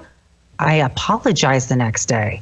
I make it right. Instead of justifying it and being like, well, that bitch told me that she was going to pay me for these amount of personal training sessions, and then she made up some bogus excuse. Like, I know she was lying. You know, what's my part? Who cares about her? What this person did, even if it's someone as close to you as your mom, your dad, your sister, your brother, your husband, wife, it doesn't matter how close they are. It's like, we just have to see what we did, because no matter what they do, it has nothing to do with us. If my husband is mean to me, it has nothing to do with me. I cannot take that personally. It's like, he's had probably a bad day, and I'm the person who's closest, so he's going to be rude to me. I don't take that personally. So it's like, I look at every situation, I see what was my part, how can I make it right? And then what I do is, when I've owned all my stuff, I'm just happy, because I don't have anything weighing me down. And we often think, being rude to some lady or flipping someone off in the freeway, how is that going to ruin my day or make me a bad person? All these little tiny things do weigh on us and weigh on us and weigh on us. And just like you said, once I forgot what it was exactly you said, but it made me think of like, we shine a light on it. It's like we have this flashlight. And as soon as we shine the light on what that is, it was like, I'm not a good brother, I'm not a good whatever, father, husband. It's like, as soon as we expose it, it no longer holds power over us. It's like, oh shit, it's now a realization. I can level up, I can be better. And then we get sparked with hope. And once we get sparked with hope, that's when willingness kicks in, and that's when will affect change. So you can't get hope and willingness unless you shine the light on the problem. So either you can do it through plants, you can do it through meditation, you can do it like I do it with a nightly kind of review of my day. There's so many ways, but just don't not do it. Yeah. We got to do it. Well, you meet people. Otherwise, we'll live in justified anger all day long. And I'm sure Valerie's probably met some people like this going to her for help, but they'll be whatever age, and they'll have all these super unsuccessful relationships, and they keep blaming like their luck. They blame I just constantly attract these crazy people or whatever. And it's like, well, if you're the common denominator, eventually you have to look in the mirror, right? Like you can't constantly blame it on every single person you dated and attempted to have a relationship with. Yeah, look at yourself. What are you projecting? What you put out is what you're going to receive. How can you be better? You can't change others, but you can change yourself. And when you change yourself, you're going to change others' reaction to you. So yeah, we do need to, anything that we're upset with, we need to bring that in. Stop, pointing fingers and being mad at other people, but internalize what's going on in here that I can fix. It's empowering. And it does help you adjust your reactions to anything in the future, so that things just kind of brush up the shoulder a little bit more easily. The person on the freeway flips you off, but instead of going, and flipping them back off, and then having a competition where now you're trying to like ride each other's asses and, be awful people to each other, just like, it's okay. I know that, like Andrea was saying, that I did the best that I could do. That wasn't about me. I'm just going to let that go. And that burden weighing on you, it's so true. I mean, anytime I've had any type of negative interaction with somebody and it stays negative, where you just, every time you're around each other, once you guys put that aside, once you make amends and you're friendly with each other, it's like, oh my God, like I just feel like you said, I feel like weight just got off my shoulder. I feel like there's this burden that I feel like, and I just, being mad at somebody just takes too much energy. It's just so much work. I don't understand people who hold grudges. I'm like, I let everything go. Yeah.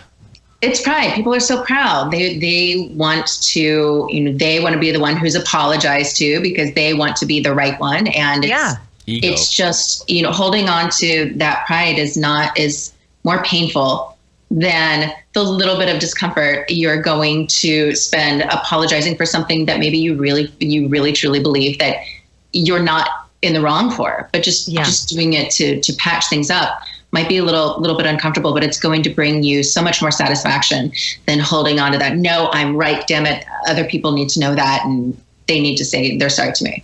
Yeah, it's like, do you want to be right or do you want to be happy? Right. I want to be happy. That's why I will, no matter what the argument is, it's like if I get into a super huge argument with someone, I will just own my part as soon as I realize what my part was. And, sometimes I really did nothing wrong at all, but I've thought about it and I'm trying to get to the root, but at least I can apologize for my reaction. Like maybe I didn't cause this, but I didn't have to raise my voice. I didn't have to get rude. I didn't have to, walk out of the room. Like, we can always find our part in the situation. And as soon as we start doing that, we actually look forward to it.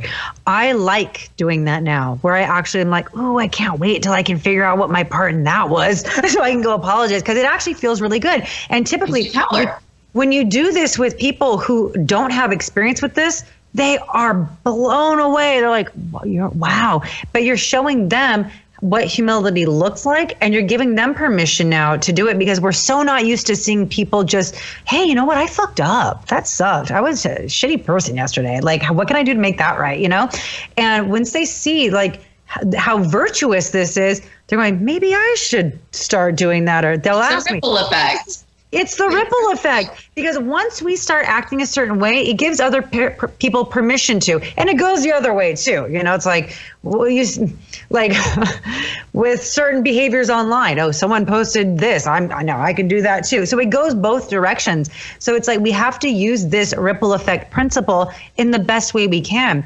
How can I be that light that shines it? By shining it on me, by showing you how I do it, how. If I leave things covered and in the darkness, I'm going to be a nasty person eventually. They will accumulate where I'm buried. So it's like I just have to keep shining that light. Otherwise, I don't feel good. And the thing about it is, like we were saying, how that weight is lifted. You don't know how much weight you're carrying. You actually don't know you're carrying any until it's lifted. I didn't know I was in a fog until the fog was lifted. So it's like, I remember thinking, oh, I'm not a resentful person at all. Oh, I'm the nicest person I know. But when I really got deep with myself and real with myself, I realized I've been lying. And then once I got through all this inner work, I'm like, holy shit, I'm literally like 15 pounds lighter energetically. This feels so good. And that's the reason I'm rigorous about the work that I do, because now I know what it feels like to not be weighed down by that I don't want to put the rocks back on my shoulders. So that's why I do, review my day. That is why I, like to own it when I'm wrong. And like I said, now I'm like at the point where I enjoy apologizing. I'm like, oh. And it will stop the conflict, whatever. It will stop the conflict. Yeah. It will stop the conflict. How is someone going to respond to that? You're absolutely right. I mean, I've had the other thing, even when you're having a disagreement, when somebody makes a point, because the thing is, a lot of times there's just people who are really good at arguing, and what they'll do, they'll just, they're the most frustrating type of people, because they'll just ignore your point and just continuously try to make their point. And to me, it's like, it's not a pissing contest about who's smarter or better. Like, if I'm having a conversation, I think these long form conversations are important, because you can learn from them, you grow from them. That's how we've grown as a species. We've shared information and wisdom and perspective. And so if I'm having a conversation with somebody, it's because I want to take in some information, share some information, and maybe have my ideas challenged also. And so it's like when you have a discussion with somebody, there's many times where I go, yeah, you're right in that point, and then they look at you like, oh, you're giving me, I thought we're arguing, it's like, no, you're making a good point. You're making but you're right. When you go to somebody, when you realize that you're not their, or when they realize you're not their enemy, and you're just like, okay, we don't have to fight. We don't have to, things become much more pleasant. That burden gets off. One topic I wanted to bring up to you guys, because this kind of fits in. We talk a little bit about kind of, I guess, people being lost in life and that personal journey and one thing. And it's kind of a hot topic in the news. And I haven't really talked about it much in the podcast because I'm not sure how I feel about it. There's this trend with, I'm sure you guys have heard, with like really young people, teenagers sometimes, if not younger, having hormone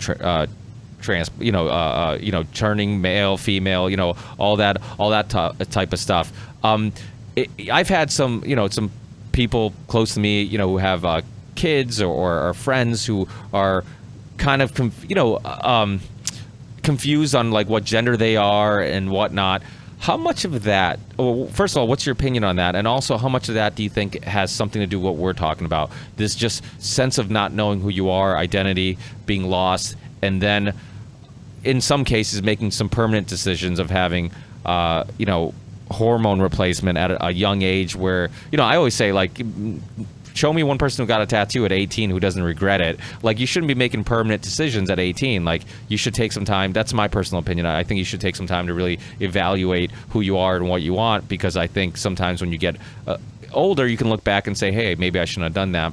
because I think your teens and your 20s, you're evolving as a person. I mean, the music you like, the way you dress. Oh my God. You know, I'm it's a completely different person. Yeah, exactly. Like, you know, so every 5 years, I'm like a completely different person. So this, you know, obviously you guys are familiar with Jordan Peterson. I'm sure you're, you know, what made him famous was the fact that he didn't want to use gender pronouns and all this stuff. And so it's like, in a way, I get both sides of the argument. You know, I get the one side, like, we should be sensitive to people, and if they're different or they sincerely feel a certain way, who are we to say, you know, you don't feel that way, or you're not this person internally, even though you're this person externally.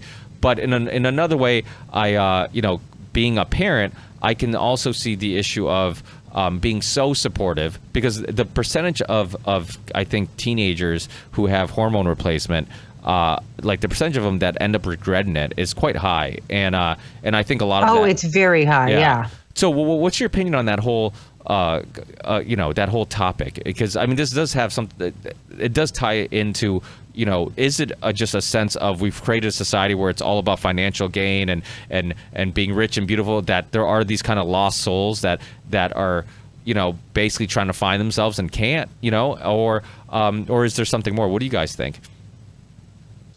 I know about being a lost soul, but I think that trying to find yourself in another gender is a bit extreme. And I'm not saying that some people don't legitimately feel that they were born in the wrong body. I think that those people, as adults, should have the opportunity to take on whatever body is going to make them feel comfortable with themselves once they've tried everything else. For children, no way. But I want to say right there that I don't have enough knowledge about this topic to say why children. I mean, I don't have statistics and scientific data in front of me. I don't know. Just from my limited knowledge, I believe that I feel that it's wrong to let children undergo something like that. That's extreme. And yes, you do change so many times in a lifetime. And a lot of kids, you know, are a little bit, they're different. You know, a lot of boys want to play with Barbies, and a lot of little girls want to play with G.I. Joe, but that doesn't mean that they're trans. Maybe she's just a tomboy. Maybe he's just kind of like, he hasn't been taught by society that he's supposed to like these toys, and he's just being a natural, you know, he just likes to play. And that's the argument, right? How much of this is pushed by society? Like that, you know, because that's the argument, right? The postmodernism kind of argument. It's like, okay, well, the reason why we think males act like this and like these things, and the reason why we think females act like this and like these things, are because it's pushed by society. It's not because we naturally do. And, you know, that's the kind of the argument they make. Do you tend to agree with that, or? I would agree to that to an extent. I mean, we do have natural, I think a lot of women are naturally more attracted to arts and humanities, whereas men generally are naturally more attracted to sciences and mathematics. But, you know, but there's crossover, of course, you know? Yeah. Go on. I think, I don't know, Ricky, what if you're trying to go here, but you know where my mind goes. This whole thing is far more nefarious and insidious than what people just want to allow, or a soul is lost. No, I don't know who I am because of materialism, and you know that person's rich. Penis, though. No, it's lost. I mean, there's intentional agendas happening. There's intentional. You know, confusion. There's intentional programming. This was not in our consciousness decades ago. Now it's all over the TV. It's trendy. It's like, if you want to look, well, one, the studies with the GMOs and the hermaphroditic frogs, the food we're eating is creating this problem. The chemtrails and the shit they're blasting us with the electromagnetic frequencies, who knows at what level they're actually manipulating us, and we are a human science experiment. I think a lot of it has to do with genetically modified organisms based on my vast research onto that issue. But it's like, when we look at television, for example, I remember I've been studying transgenderism since like 2003, just because I found it fascinating. You know, being a biology student, looking. Is there something like 1% or less than 1% of the population actually is trans, and now suddenly everybody's doing it because it's being worshipped on TV. Sorry. Well, no, you're so right. But let's talk about that programming. It's just like, 10 years ago, 20 years ago, everyone wanted the Pamela Anderson high profile breast implants because she was on Baywatch. She was hot. She was sexy. Ooh, I want that. We got programmed to think big blonde, fake chest balloons, that was the ultimate. Tiny ass. Now the Kardashians are everywhere. Every fucking child, 18-year-old girl has big balloon lips, tattooed eyebrows, like blue hair and fucking Brazilian butt implants. They are telling us what is hot, what is sexy, and what is acceptable. So what I found very fascinating was once like the transgender agenda got unleashed onto the public, it was like all these TV shows just came out at the exact same time. And Valerie, you and I know how long it takes for TV shows to go into, you have to come up with the concept, you have to cast it, you have to do location scouting, you have to do all these things, you have to shoot it for like reality shows like I Am Jazz or whatever. You have to shoot it for like 6 months, then you have to edit it. So why was it that all of these motherfucking TV shows came out in the same month? It's like they were all pre-produced and they all got unleashed into the public, and now it's like acceptable.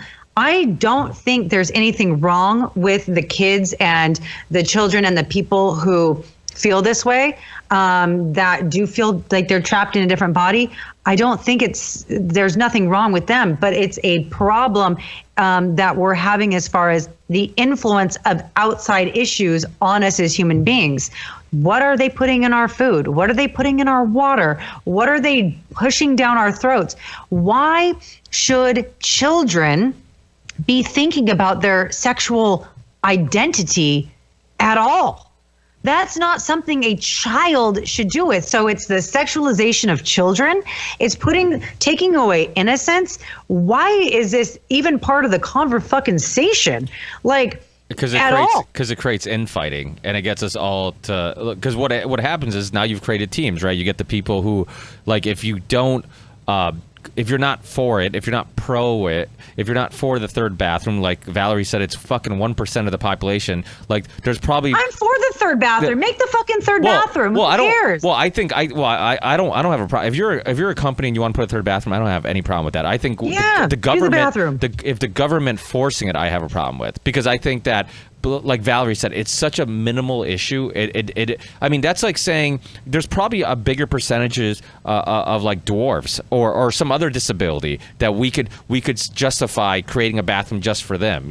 So it's like it's such a minimal issue that it seems like all it's doing, it's doing what the left and the right does, what politics basically attempts to do, and that's get us all to fight about these issues that in many cases aren't really that important, while the ones who are really pulling the strings can continue pulling the strings and do business behind closed doors and not really give a shit about these issues while we're all fighting amongst one another. And that's what it seems like is going on. It like you said, it's amazing how it's completely taken over media, it's taken over news, it's taken over the public conversation. But when you really look at it, it's really not a huge percentage of the population. And now, because it's gotten so popular in the media and stuff like that, it's become trendy, like Valerie said, that I think the same way, I mean, I see girls wear Thrasher shirts, and I grew up, with Thrasher magazines. I'm like, do you know what Thrasher is? And they're like, no. And I'm like, it was a skateboarding magazine. I used to skateboard. I'm like, what are you doing wearing that shirt? And it's people are doing it just because it's trendy, that now it's become trendy to be bisexual or transgender, or to just be this, I guess, this question mark, this third party, And here's the deal. It's okay to be confused. Like, I remember when I was, growing up, I was attracted to girls sexually. I liked playing with them, sexually. And I was like, oh my God, and maybe am I bi? Like, but at that point, I didn't have the option to be transgender, gender fluid, pansexual, all this stuff. Thank God, because I would be so fucking lost. Confused. Yeah. I'd be so motherfucking confused. I mean, obviously I wouldn't have like chopped my titties off and like got hormone replacement therapy. But the fact is, it's like, I just knew that there was something. I liked playing with girls in a sexual way, but but no, I don't identify as bisexual. That to me was an exploratory phase. And I think that's normal and natural. Not everyone goes through that. We're all different.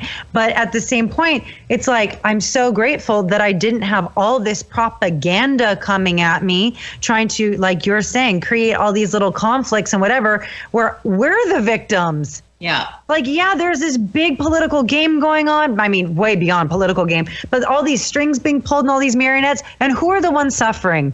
Like the kids are suffering. It's ridiculous. Yeah. So obviously, I'm supportive of anyone finding their true nature, anyone finding out who they really are and how they can ultimately love themselves. I will never fault anyone for being true to themselves, ever. But do I think it is far more just pernicious than what the media is leading us to believe? Absolutely. I think there's something far more nasty going on. And when something's trendy, it's okay to kind of get caught up in that trend and then eventually realize that's all you did. But when you're making lifelong decisions, life-changing decisions, I think that's when it becomes a huge issue. Because if you're just deciding to dress up like a boy and give yourself a boy name for a couple years of your life because you're going through this transition or it's a trend, it's different. My problem is that the hormone replacement, I think it's a huge issue. And to see kids make, and the thing is, and there's parents that I think in their hearts they're trying to do what's right by, of course they are, but I just think they're trying to be loving and tolerant and compassionate. But unfortunately, I think in the long run, there's going to be, there's going to be more and more cases of people looking back and regretting doing it. I mean, there's that case. It was an older story about this is real name, Dr. Money, and there's this kid who was born and they tried some new procedure in circumcision, and they end up like burning his dick off or doing something, cutting off this little kid's dick. Yeah. So what ended up happening was that, and there's a documentary based on this too, and books and stuff like that. And so what ended up happening was that this doctor had he was kind of pushing the idea that what we kind of spoke about, this idea that everything's a social construct. The reason why females dress a certain way, the reason why males dress a certain way, the reason why we're attracted to certain jobs or whatnot, it's all society. So he basically put his research into practice and then told this family, because this family was looking for help, and told this family that, hey, we can just give him a girl name, tell him he's a girl, never tell him what happened, and he'll be fine. And so what ended up happening is that he grew up as a girl, whatever, and eventually felt like something wasn't right, something wasn't, he was he was different, something wasn't correct. And the sad end to the story that he eventually ended up committing suicide, and because he found out afterwards that he was lied to and whatnot, and but that's the thing, like there are differences between males and females. 100%. There's a balance. Yeah. I mean, it's like having a business partner. Like, we complement each other. I mean, this goes back to, like, if we're hunter-gatherers, okay, if I was more muscular than that guy, I'd I'd say, hey, I'm going to go do the heavy lifting. Maybe you focus on the thing that takes more critical thinking. It's like, it's no different than a male and a female. Like, okay, maybe you're better at doing one thing. Maybe I'm better at doing some labor-intensive thing. So we did it for survival reasons because it helped our survival, And so I don't think there's any shame in that. And like Valerie said, I've made this argument many of times talking to people, like, what's wrong with a girl who just likes guy things? We used to call him a tomboy. There's nothing wrong with that. Like there's girls can play sports. Girls can like, metal music or whatever. I mean, like they can like things that are maybe the majority are usually liked by males. Like there's nothing wrong with that. You don't have to, give a penis. Grow a dick or anything like that. It's like, it's just, it's silly to take to that extreme, but I think there is this bigger thing where, like Andrea said, it just creates all this internal infighting, and it gets us all to argue amongst one another. And unfortunately, in the process, it creates this trend. All this public conversation has created, I think it's inflated this trend where now you do 100%. where you have these kids now who, I mean, it's just amazing. I mean, I've had my niece tell me about how many different, versions there are, pansexual, this and that. And I'm just like, I'm like, it's insane, And then if you speak out against it or say anything in a negative manner to it, people look at you like you're insensitive. It's like, no, I'm not insensitive. I just think that there's, it is a trend. It's not, and you shouldn't be making. No, we are sensitive. Taken advantage of. Yeah, absolutely. We're talking about it because we really care. Like, I don't want to see people, like little kids that don't know, they're like ruin their life. Like, that's why why we're talking about it. It's like, I didn't even know what a freaking period was, like, for so long. It's like, if I don't even know my biological nature as like a born female, like, why should I be making decisions about my sexual identity when it should not even be in my consciousness at all? I didn't even know what sex was. Like, I had some ideas, but I didn't even know what it was till I learned about it in like that 5th grade class. I remember going home being traumatized, like saying to my mom, "Oh my God, it goes in." Like, there's just certain things about our innocence that, and again, you look at tribes, you look at ancient cultures, they're not hypersexualizing children. They're not, they're letting things happen in natural order. They're teaching you the reason for things. Breasts are exposed because they feed babies. It's not to be hypersexualized, or, they're keeping things natural. And I don't know, my biggest thing, and this is part of like my just empathetic nature, is like, I just care so much for people making the wrong decisions. But you know what? Everyone's journey is their own. And sometimes, like you were saying, Ricky, call back to like what we were talking about like an hour ago. Sometimes really crazy things that happen in our lives bring us to that entry point for self-growth and all these things. I just hate it when it's imposed by society. You know what I mean? Like, yeah, like you were saying, like if someone dies and we have like we put things into perspective afterwards, but that's again naturally occurring. So I think it's important that we're talking about it. And it's like, I hope we didn't offend anyone, because that's not our intention. We just, people need to be able to deal with being offended sometimes. We can't. I agree. I will not live my life tiptoeing around everybody's possible sensitivity. Like, I'm just going to speak my truth. And if it hurts you, then maybe that's, an opportunity for you to look inside and figure out what's going on inside of you, that you are demanding that everybody else be flexible to you. So if I hurt your feelings, deal with it. Being offended is a choice that we make. It's like, you could say to me like, "Oh, I love your eyelashes." And I could either choose to be flattered. "Oh my God, thank you, Valerie, how sweet." Or I could choose to be offended. "What do you mean? Are you trying to say they're not they're not real?" Like, it's my perspectives and my underlying beliefs and my just natural disposition and the way I look at life is going to create those choices in my mind. So yeah, if something does offend someone or us, it's like, how can I use this as a tool to examine that? Why am I being offended by this? Why is this pushing me? And usually there's some much deeper underlying causal reason that just needs some more uncovering. Right. So thank you for bringing that up. The rest of culture to bow down to you and what's going to make you feel comfortable, and stop expecting the other person to apologize. Right. You make the apology. You stop pointing your finger at the other person. I'm curious if you think that all of this demand for acknowledgement of all these other genders, or this creation of different sexuality, is just a desperate call for attention. People want to feel special, and the only way that they can be recognized and special in their minds is if they make something up and then tell everybody else, "You're disrespecting me unless you abide to this new rule." There's a lot of that too. Absolutely. Like we were saying at the very beginning of the show, it's like we live in such that like instant gratification type of world. And these kids are being raised in a time where it's like they get anything they want all the time. "Oh, I don't know something? I have it right here. Oh, da da da da." And in this competitive society we live in, where everyone needs that attention, everyone needs to one up, of course. And people are going to extreme measures. I mean, there are people that kill themselves for the attention.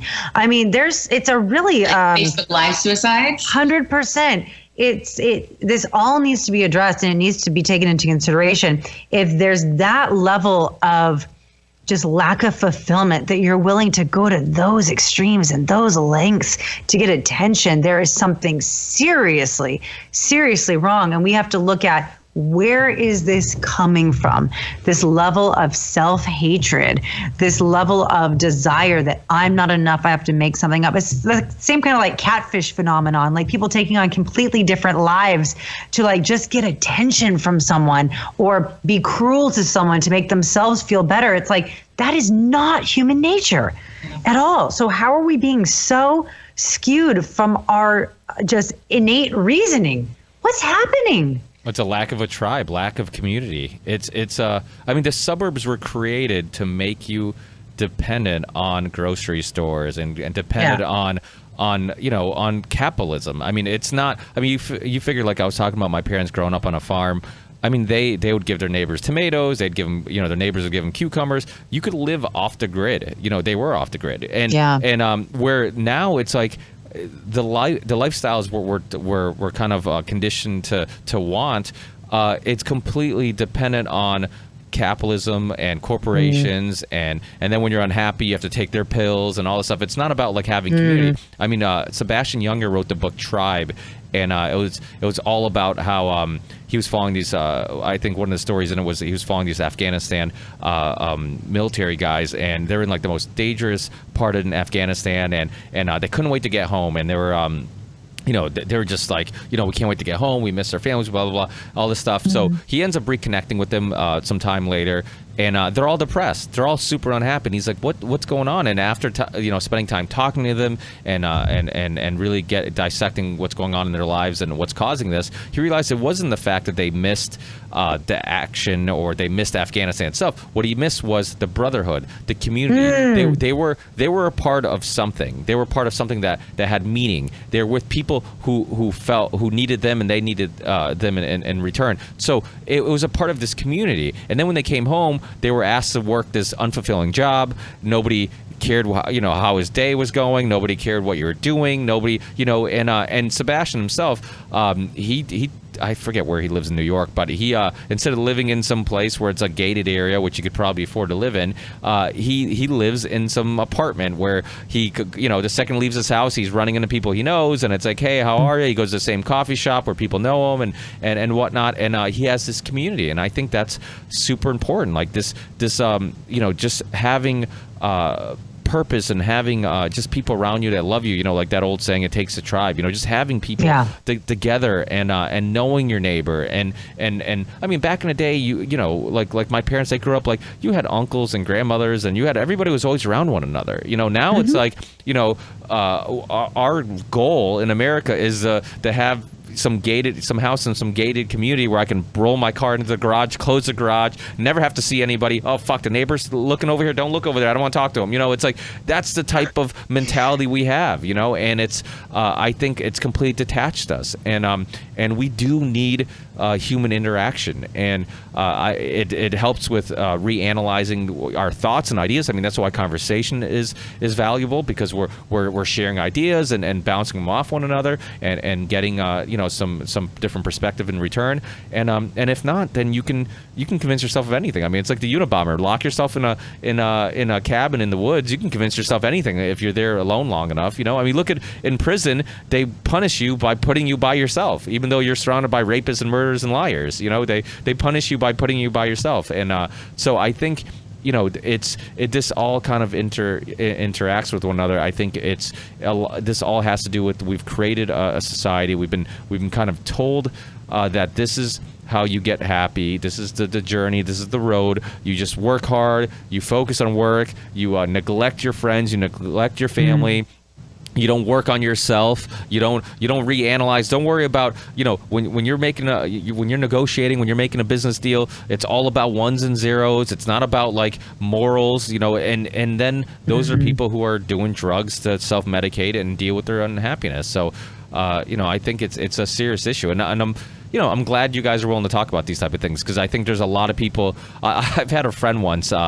tell me he was listening to a podcast. He's like, fuck, I can't listen to a podcast anymore. It always makes me want to quit my job and go on some hippie, journey somewhere, and I'm like, give him my number. Tell him I'll take it.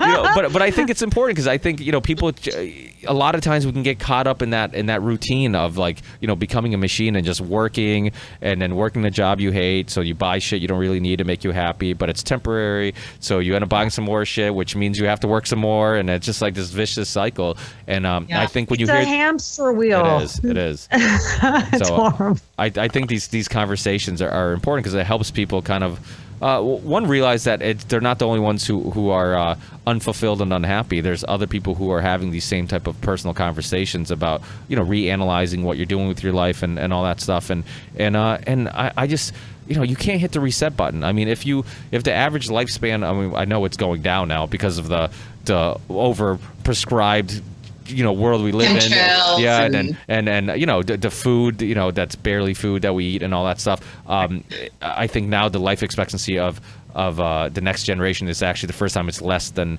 our parents. But yeah, I mean, you look at it. If you can't hit the reset button, if you can live to 80 or 90 or 100 or whatever it is, for the time being, you can't live much longer than that and have health and cognitively be there.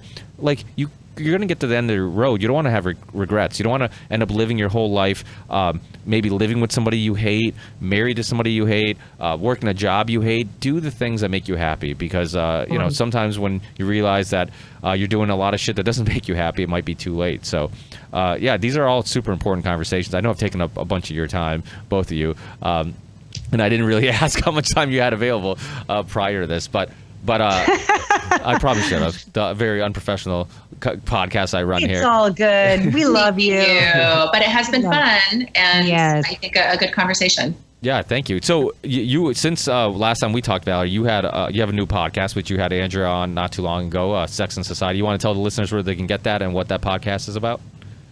Sure. Well, you can get Sex and Society anywhere you get your podcasts. But the easiest one I think to refer people to is just iTunes, Apple Podcast. And it's Sex and Society with Valerie Baber. And it's still, it's new. It's getting better. And despite being new, I think it's pretty good. And I've had some pretty impressive guests on so far such as Andrea and some other interesting people. So I'd love to have you join me there. Yeah, I've listened to a bunch of them, and I love it. And one thing, we're always the biggest critics of our own work. So I know, like, sometimes I bring up old podcasts, and I'm like, fuck, man, why did I bring that up? I don't want them to listen to that. I was awful in like episode 7 or 17 or whatever it may be. So it definitely only gets better, and you evolve. It only gets better. Yeah, and you figure out, but isn't it amazing? I mean, I don't know what your experience is with the amount of shows you've done, but don't you feel like it's a journey? Like you're going on this journey and you're constantly growing and learning in this whole process? In everything that I do. And I am so grateful to have people like Andrea understand that I'm going through a journey and to be so pleasant and supportive with me in that, to be a part of it, to contribute their very valuable time to these things. So it is. And it's exciting for me. Yeah. I think conversation is hopefully not a lost art, but it seems like it might be because, like, we're talking about cell phones and technology. I think the younger generation is going to have social anxiety eventually because they don't know how to communicate in person. I mean, it's life's an emoji now. It is, yeah. It's kind of scary because, I mean, conversation's one of the series of emojis. Yeah. They don't even use words anymore. It's just like eggplant, smiley face, bird. Valerie, who are you texting, girl? Yeah, that sounds provocative. But no, you're right. I mean, it's like, it literally is one of the reason why I started this podcast is because conversation, one, it's probably one of the only things I'm good at, but also it's one of the most enjoyable things I ever do. I gain so much I can honestly say from every show I've done, I've learned something and grown a little bit, and including this one. And it's to think that there's so many people out there who aren't gonna be, or maybe are gonna lose the ability to do this.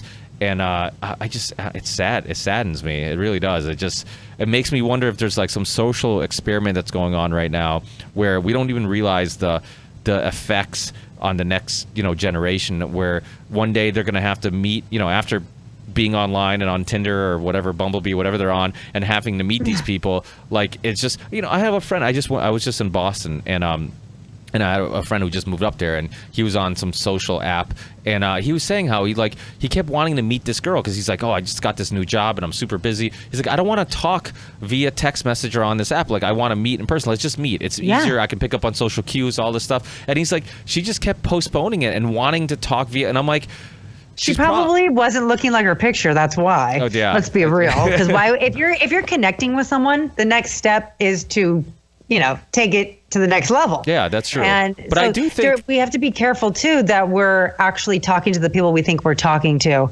So let that be a warning. But how did that roll out? What happened with that? I think eventually he just said he was too busy. If they didn't have time to meet up, he was just gonna move on. And then I think that's what ended up happening. But it's funny because was a dude. Yeah, it probably was a dude. Yeah, probably was a dude. Well, I think that there are some women who really feel like they need to get to know a person first before they meet them. But that's ridiculous. Well, yeah. Because the best way to get to know someone is to meet them. And there's no more risk involved in meeting someone now than there was 20 years ago. It's just, you've got to get out. And if you're uncomfortable sitting face to face with a person, good luck hooking up or ever having a relationship. You're wasting your time on the apps. Yeah, it's true. And go somewhere public, go to lunch, make it casual. Obviously don't meet in a dark alley at 2 a.m. Like, hello. Don't meet at Motel 6 at 2 a.m. Yeah. Yeah. It's like, if you're scared, just make it not scary. You're asked to go on a double date. There's so many ways to circumnavigate this. Yeah, I don't know. I think that would be, I have gone on several dates that I wish I hadn't wasted my time on. I think FaceTime would have been a huge time saver for me, because that way, I can have the conversation with someone. I can see what they really look like. I can see their behaviors, their nuances, and get that vibe, understand their history, but not have to go to wherever they want me to go, politely sit through a dinner I don't want to be in. So just or Skype, or, there are so many different ways to video someone. You can have a date like this, and it's not, if you are terrified that somebody's a killer, then you don't have to worry. Like, you guys can't hurt me on the other side of the screen over there. I can just shut my laptop. Goodbye. I'm safe. So do that. But don't just text for weeks or months. That's not getting to know someone. That's just wasting time. You're being a pansy. Maybe you need a dating coach, in which case. Yes, exactly. That's the other thing you do. That you want to tell listeners a little bit about that also. Sure. I'm also a certified and dating intimacy coach, in addition to being a new podcaster. So I will help people find more success and happiness with their intimate lives. They can be married or single or dating. It doesn't matter, if you're man or woman or couple or what stage of your relationship or singledom you're in. I will help attempt to help you find a better place in that. Your confidence.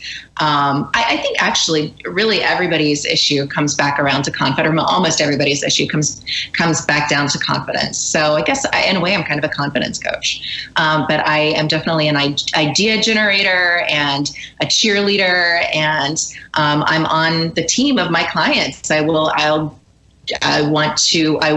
them to leave me happy when they stop using my services. I want them to feel like that was a good use of time and that we had great encounters. So I'll do whatever I need to do to make them feel better about how they're approaching others, or the fetish that they secretly have that they don't feel comfortable telling their partner about, or the conversation that they need to have with their wife or husband that they haven't yet had.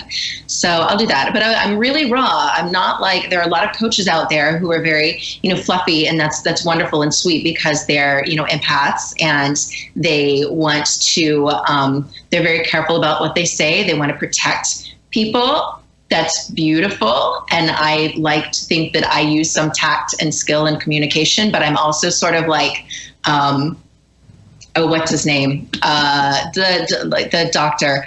I will tell you you're being a pansy. I will tell you. People need that tough love, girl. And I think what better way to get it than from a beautiful woman like you who actually knows what they're talking about. It's like, if you can't tell them the truth, who can? Yeah. So I think if anyone, I'm like your biggest cheerleader. Like, if I needed someone to tell me the brutal, honest truth about myself, I would want it to be you. Well, and I think it's reassuring, because I don't know about you guys, but when I'm around somebody who is kind of like you said, like, kind of just tell me what I want to hear, or it seems like they don't want to, when I feel like they're not being themselves. What's the point? Well, what's the point, though? Well, and it worries why am I going to pay for a coach? Yeah, they're saying one thing, but what are they thinking? We're like you, it's like, this is what you're thinking, and this is what you truly believe. And that's more refreshing than somebody who's kind of, I've been around people that are just chameleons. They'll just kind of agree with you all the time. You're like, I don't know what the fuck's going on in his head, because he just agrees with everything. And, behind my back. That's a people pleaser doormat. Yeah. But when you're looking for a coach in any regard, you want someone who's going to obviously help you focus on your strengths, not on your weaknesses, but not pretend that the weaknesses don't exist. Shine that light on them, help you see them, help you understand them, so you can transmute them into power. Take that, that shortcoming and turn it into an asset. And I think that's what Valerie's so gifted at. And a great transition to the most probably the most active Instagram page I've ever followed. Andrea, you're always putting positive things on. I love your Instagram page, because it's always I was like, who are you talking about?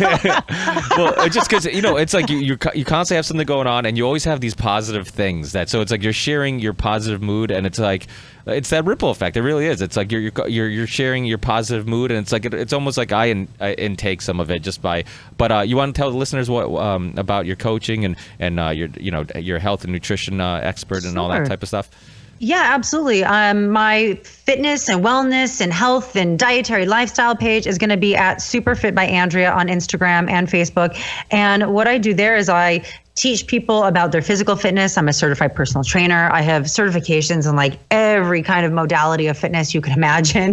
But also my absolute heart's and life's passion and purpose here in this realm is nutrition. And what I do is I focus on raw, plant-based medicinal nutrition to deal with the world we're living in. How can we perpetually be detoxing? How can we eradicate, prevent, even sometimes reverse disease? We can do a lot of that through our lifestyle of wellness, primarily our diet. A lot of times, like for my bodybuilding clients, obviously we have to work hard in the gym, but it's going to be like 80% diet, and the working out's kind of your icing on your like super sexy nutrient dense cake we just made with your diet. So I take people from wherever level they're at. I've had clients who are, with cardiovascular disease or type 2 diabetes or whatever, and we take them from where they are and we just take them to the next level and the next level and the next level. I have people like you and Val who already take really good care of yourselves. We can still go to the next level. So I'm basically a mind, body, spirit, health, and wellness coach on every level. And that's what I do on my Superfit by Andrea page. And then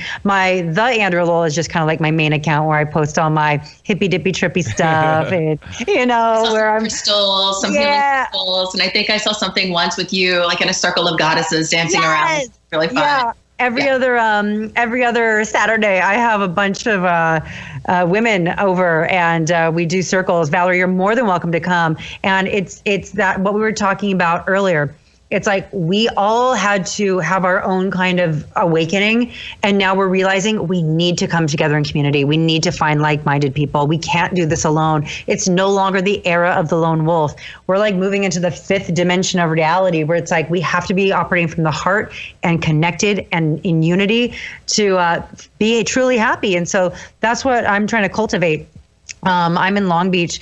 That's where I take also like personal training clients if people want to work out with me. And if there's any, queens, goddesses, gypsies, whatever you are out there, you want to come hang, hit me up on Instagram. What exactly is a goddess circle? I mean, what are goddesses? What's the definition of that? And I hear this all the time because, again, I'm so close to Venice, which is hippie Mecca.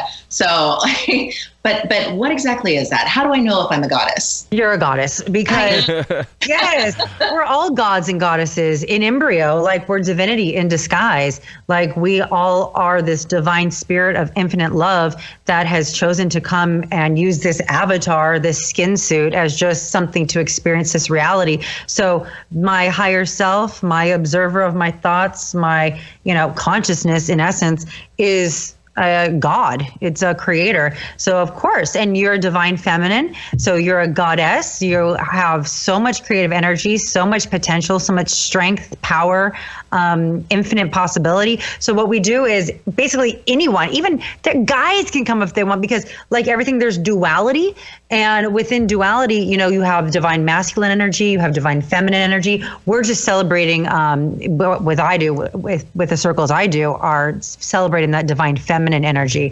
So yeah, if you identify as a goddess, bring it. But that's why I said like goddesses, queens, gypsies, witches, like whatever you think you are.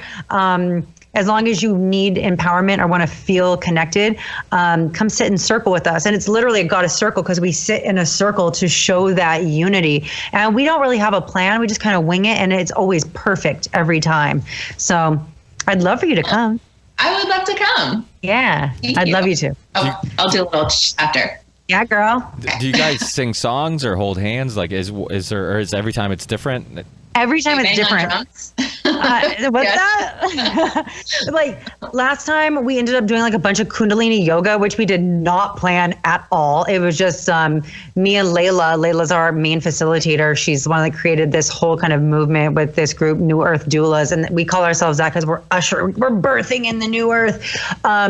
She just like looked at me and I looked at her and she's like, let's do Kundalini. And I'm like, yes.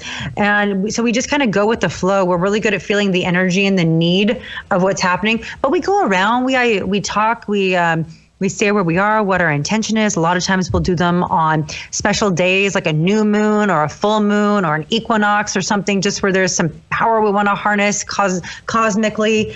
We set our intentions, and when we share our intention in group like that, in circle, in unity, it amplifies it. People bring their crystals, they bring their instruments, we charge their crystals, we make this little altar in the middle. It sounds super witchy, but it's really not that weird. But yeah, we'll play instruments. Sometimes we'll sing. It just depends. Every time is different, but we always have a big plant-based smorgasbord at the end. So come hungry. We'll do a lot of ceremonies too. Cacao, hape. We're thinking about maybe doing, maca, girl. I actually take maca myself. Yeah. Of course you do, because you're a sexy fit beast. So of course you take maca. So yeah, it's anything and everything that we need. It's a place for us to come together, which is exactly what we were talking about. Sharing ideas, not feeling alone, emboldening, finding your tribe. And that's basically what we do. And you can find all that information on my Instagram whenever at the Andrea Lowell or Super Fit by Andrea or both. Awesome. Well, thank you so much, girls. I really appreciate it. I've never talked to girls this long without having to buy them a drink. So, yeah, you'll never have to buy me a drink. That's right. I'm just kidding. I might ask for one day. I'll join you with that whiskey again. So. Yeah. Well, yeah. And my father makes wine, so that stuff's that's strong. Awesome. They'll put you on your butt. But that's another. Not to get into a whole nother rant, but that's a big part of it's the community, like making it together, being together, and all that type of stuff. So I think we definitely need more of that. Well, I had a blast. Hopefully we do another one of these in the near future. And good luck with everything, and we'll keep in touch. Likewise. Thank you. Love you both. Have a great rest of your night. Bye. Believe in the ripple effect.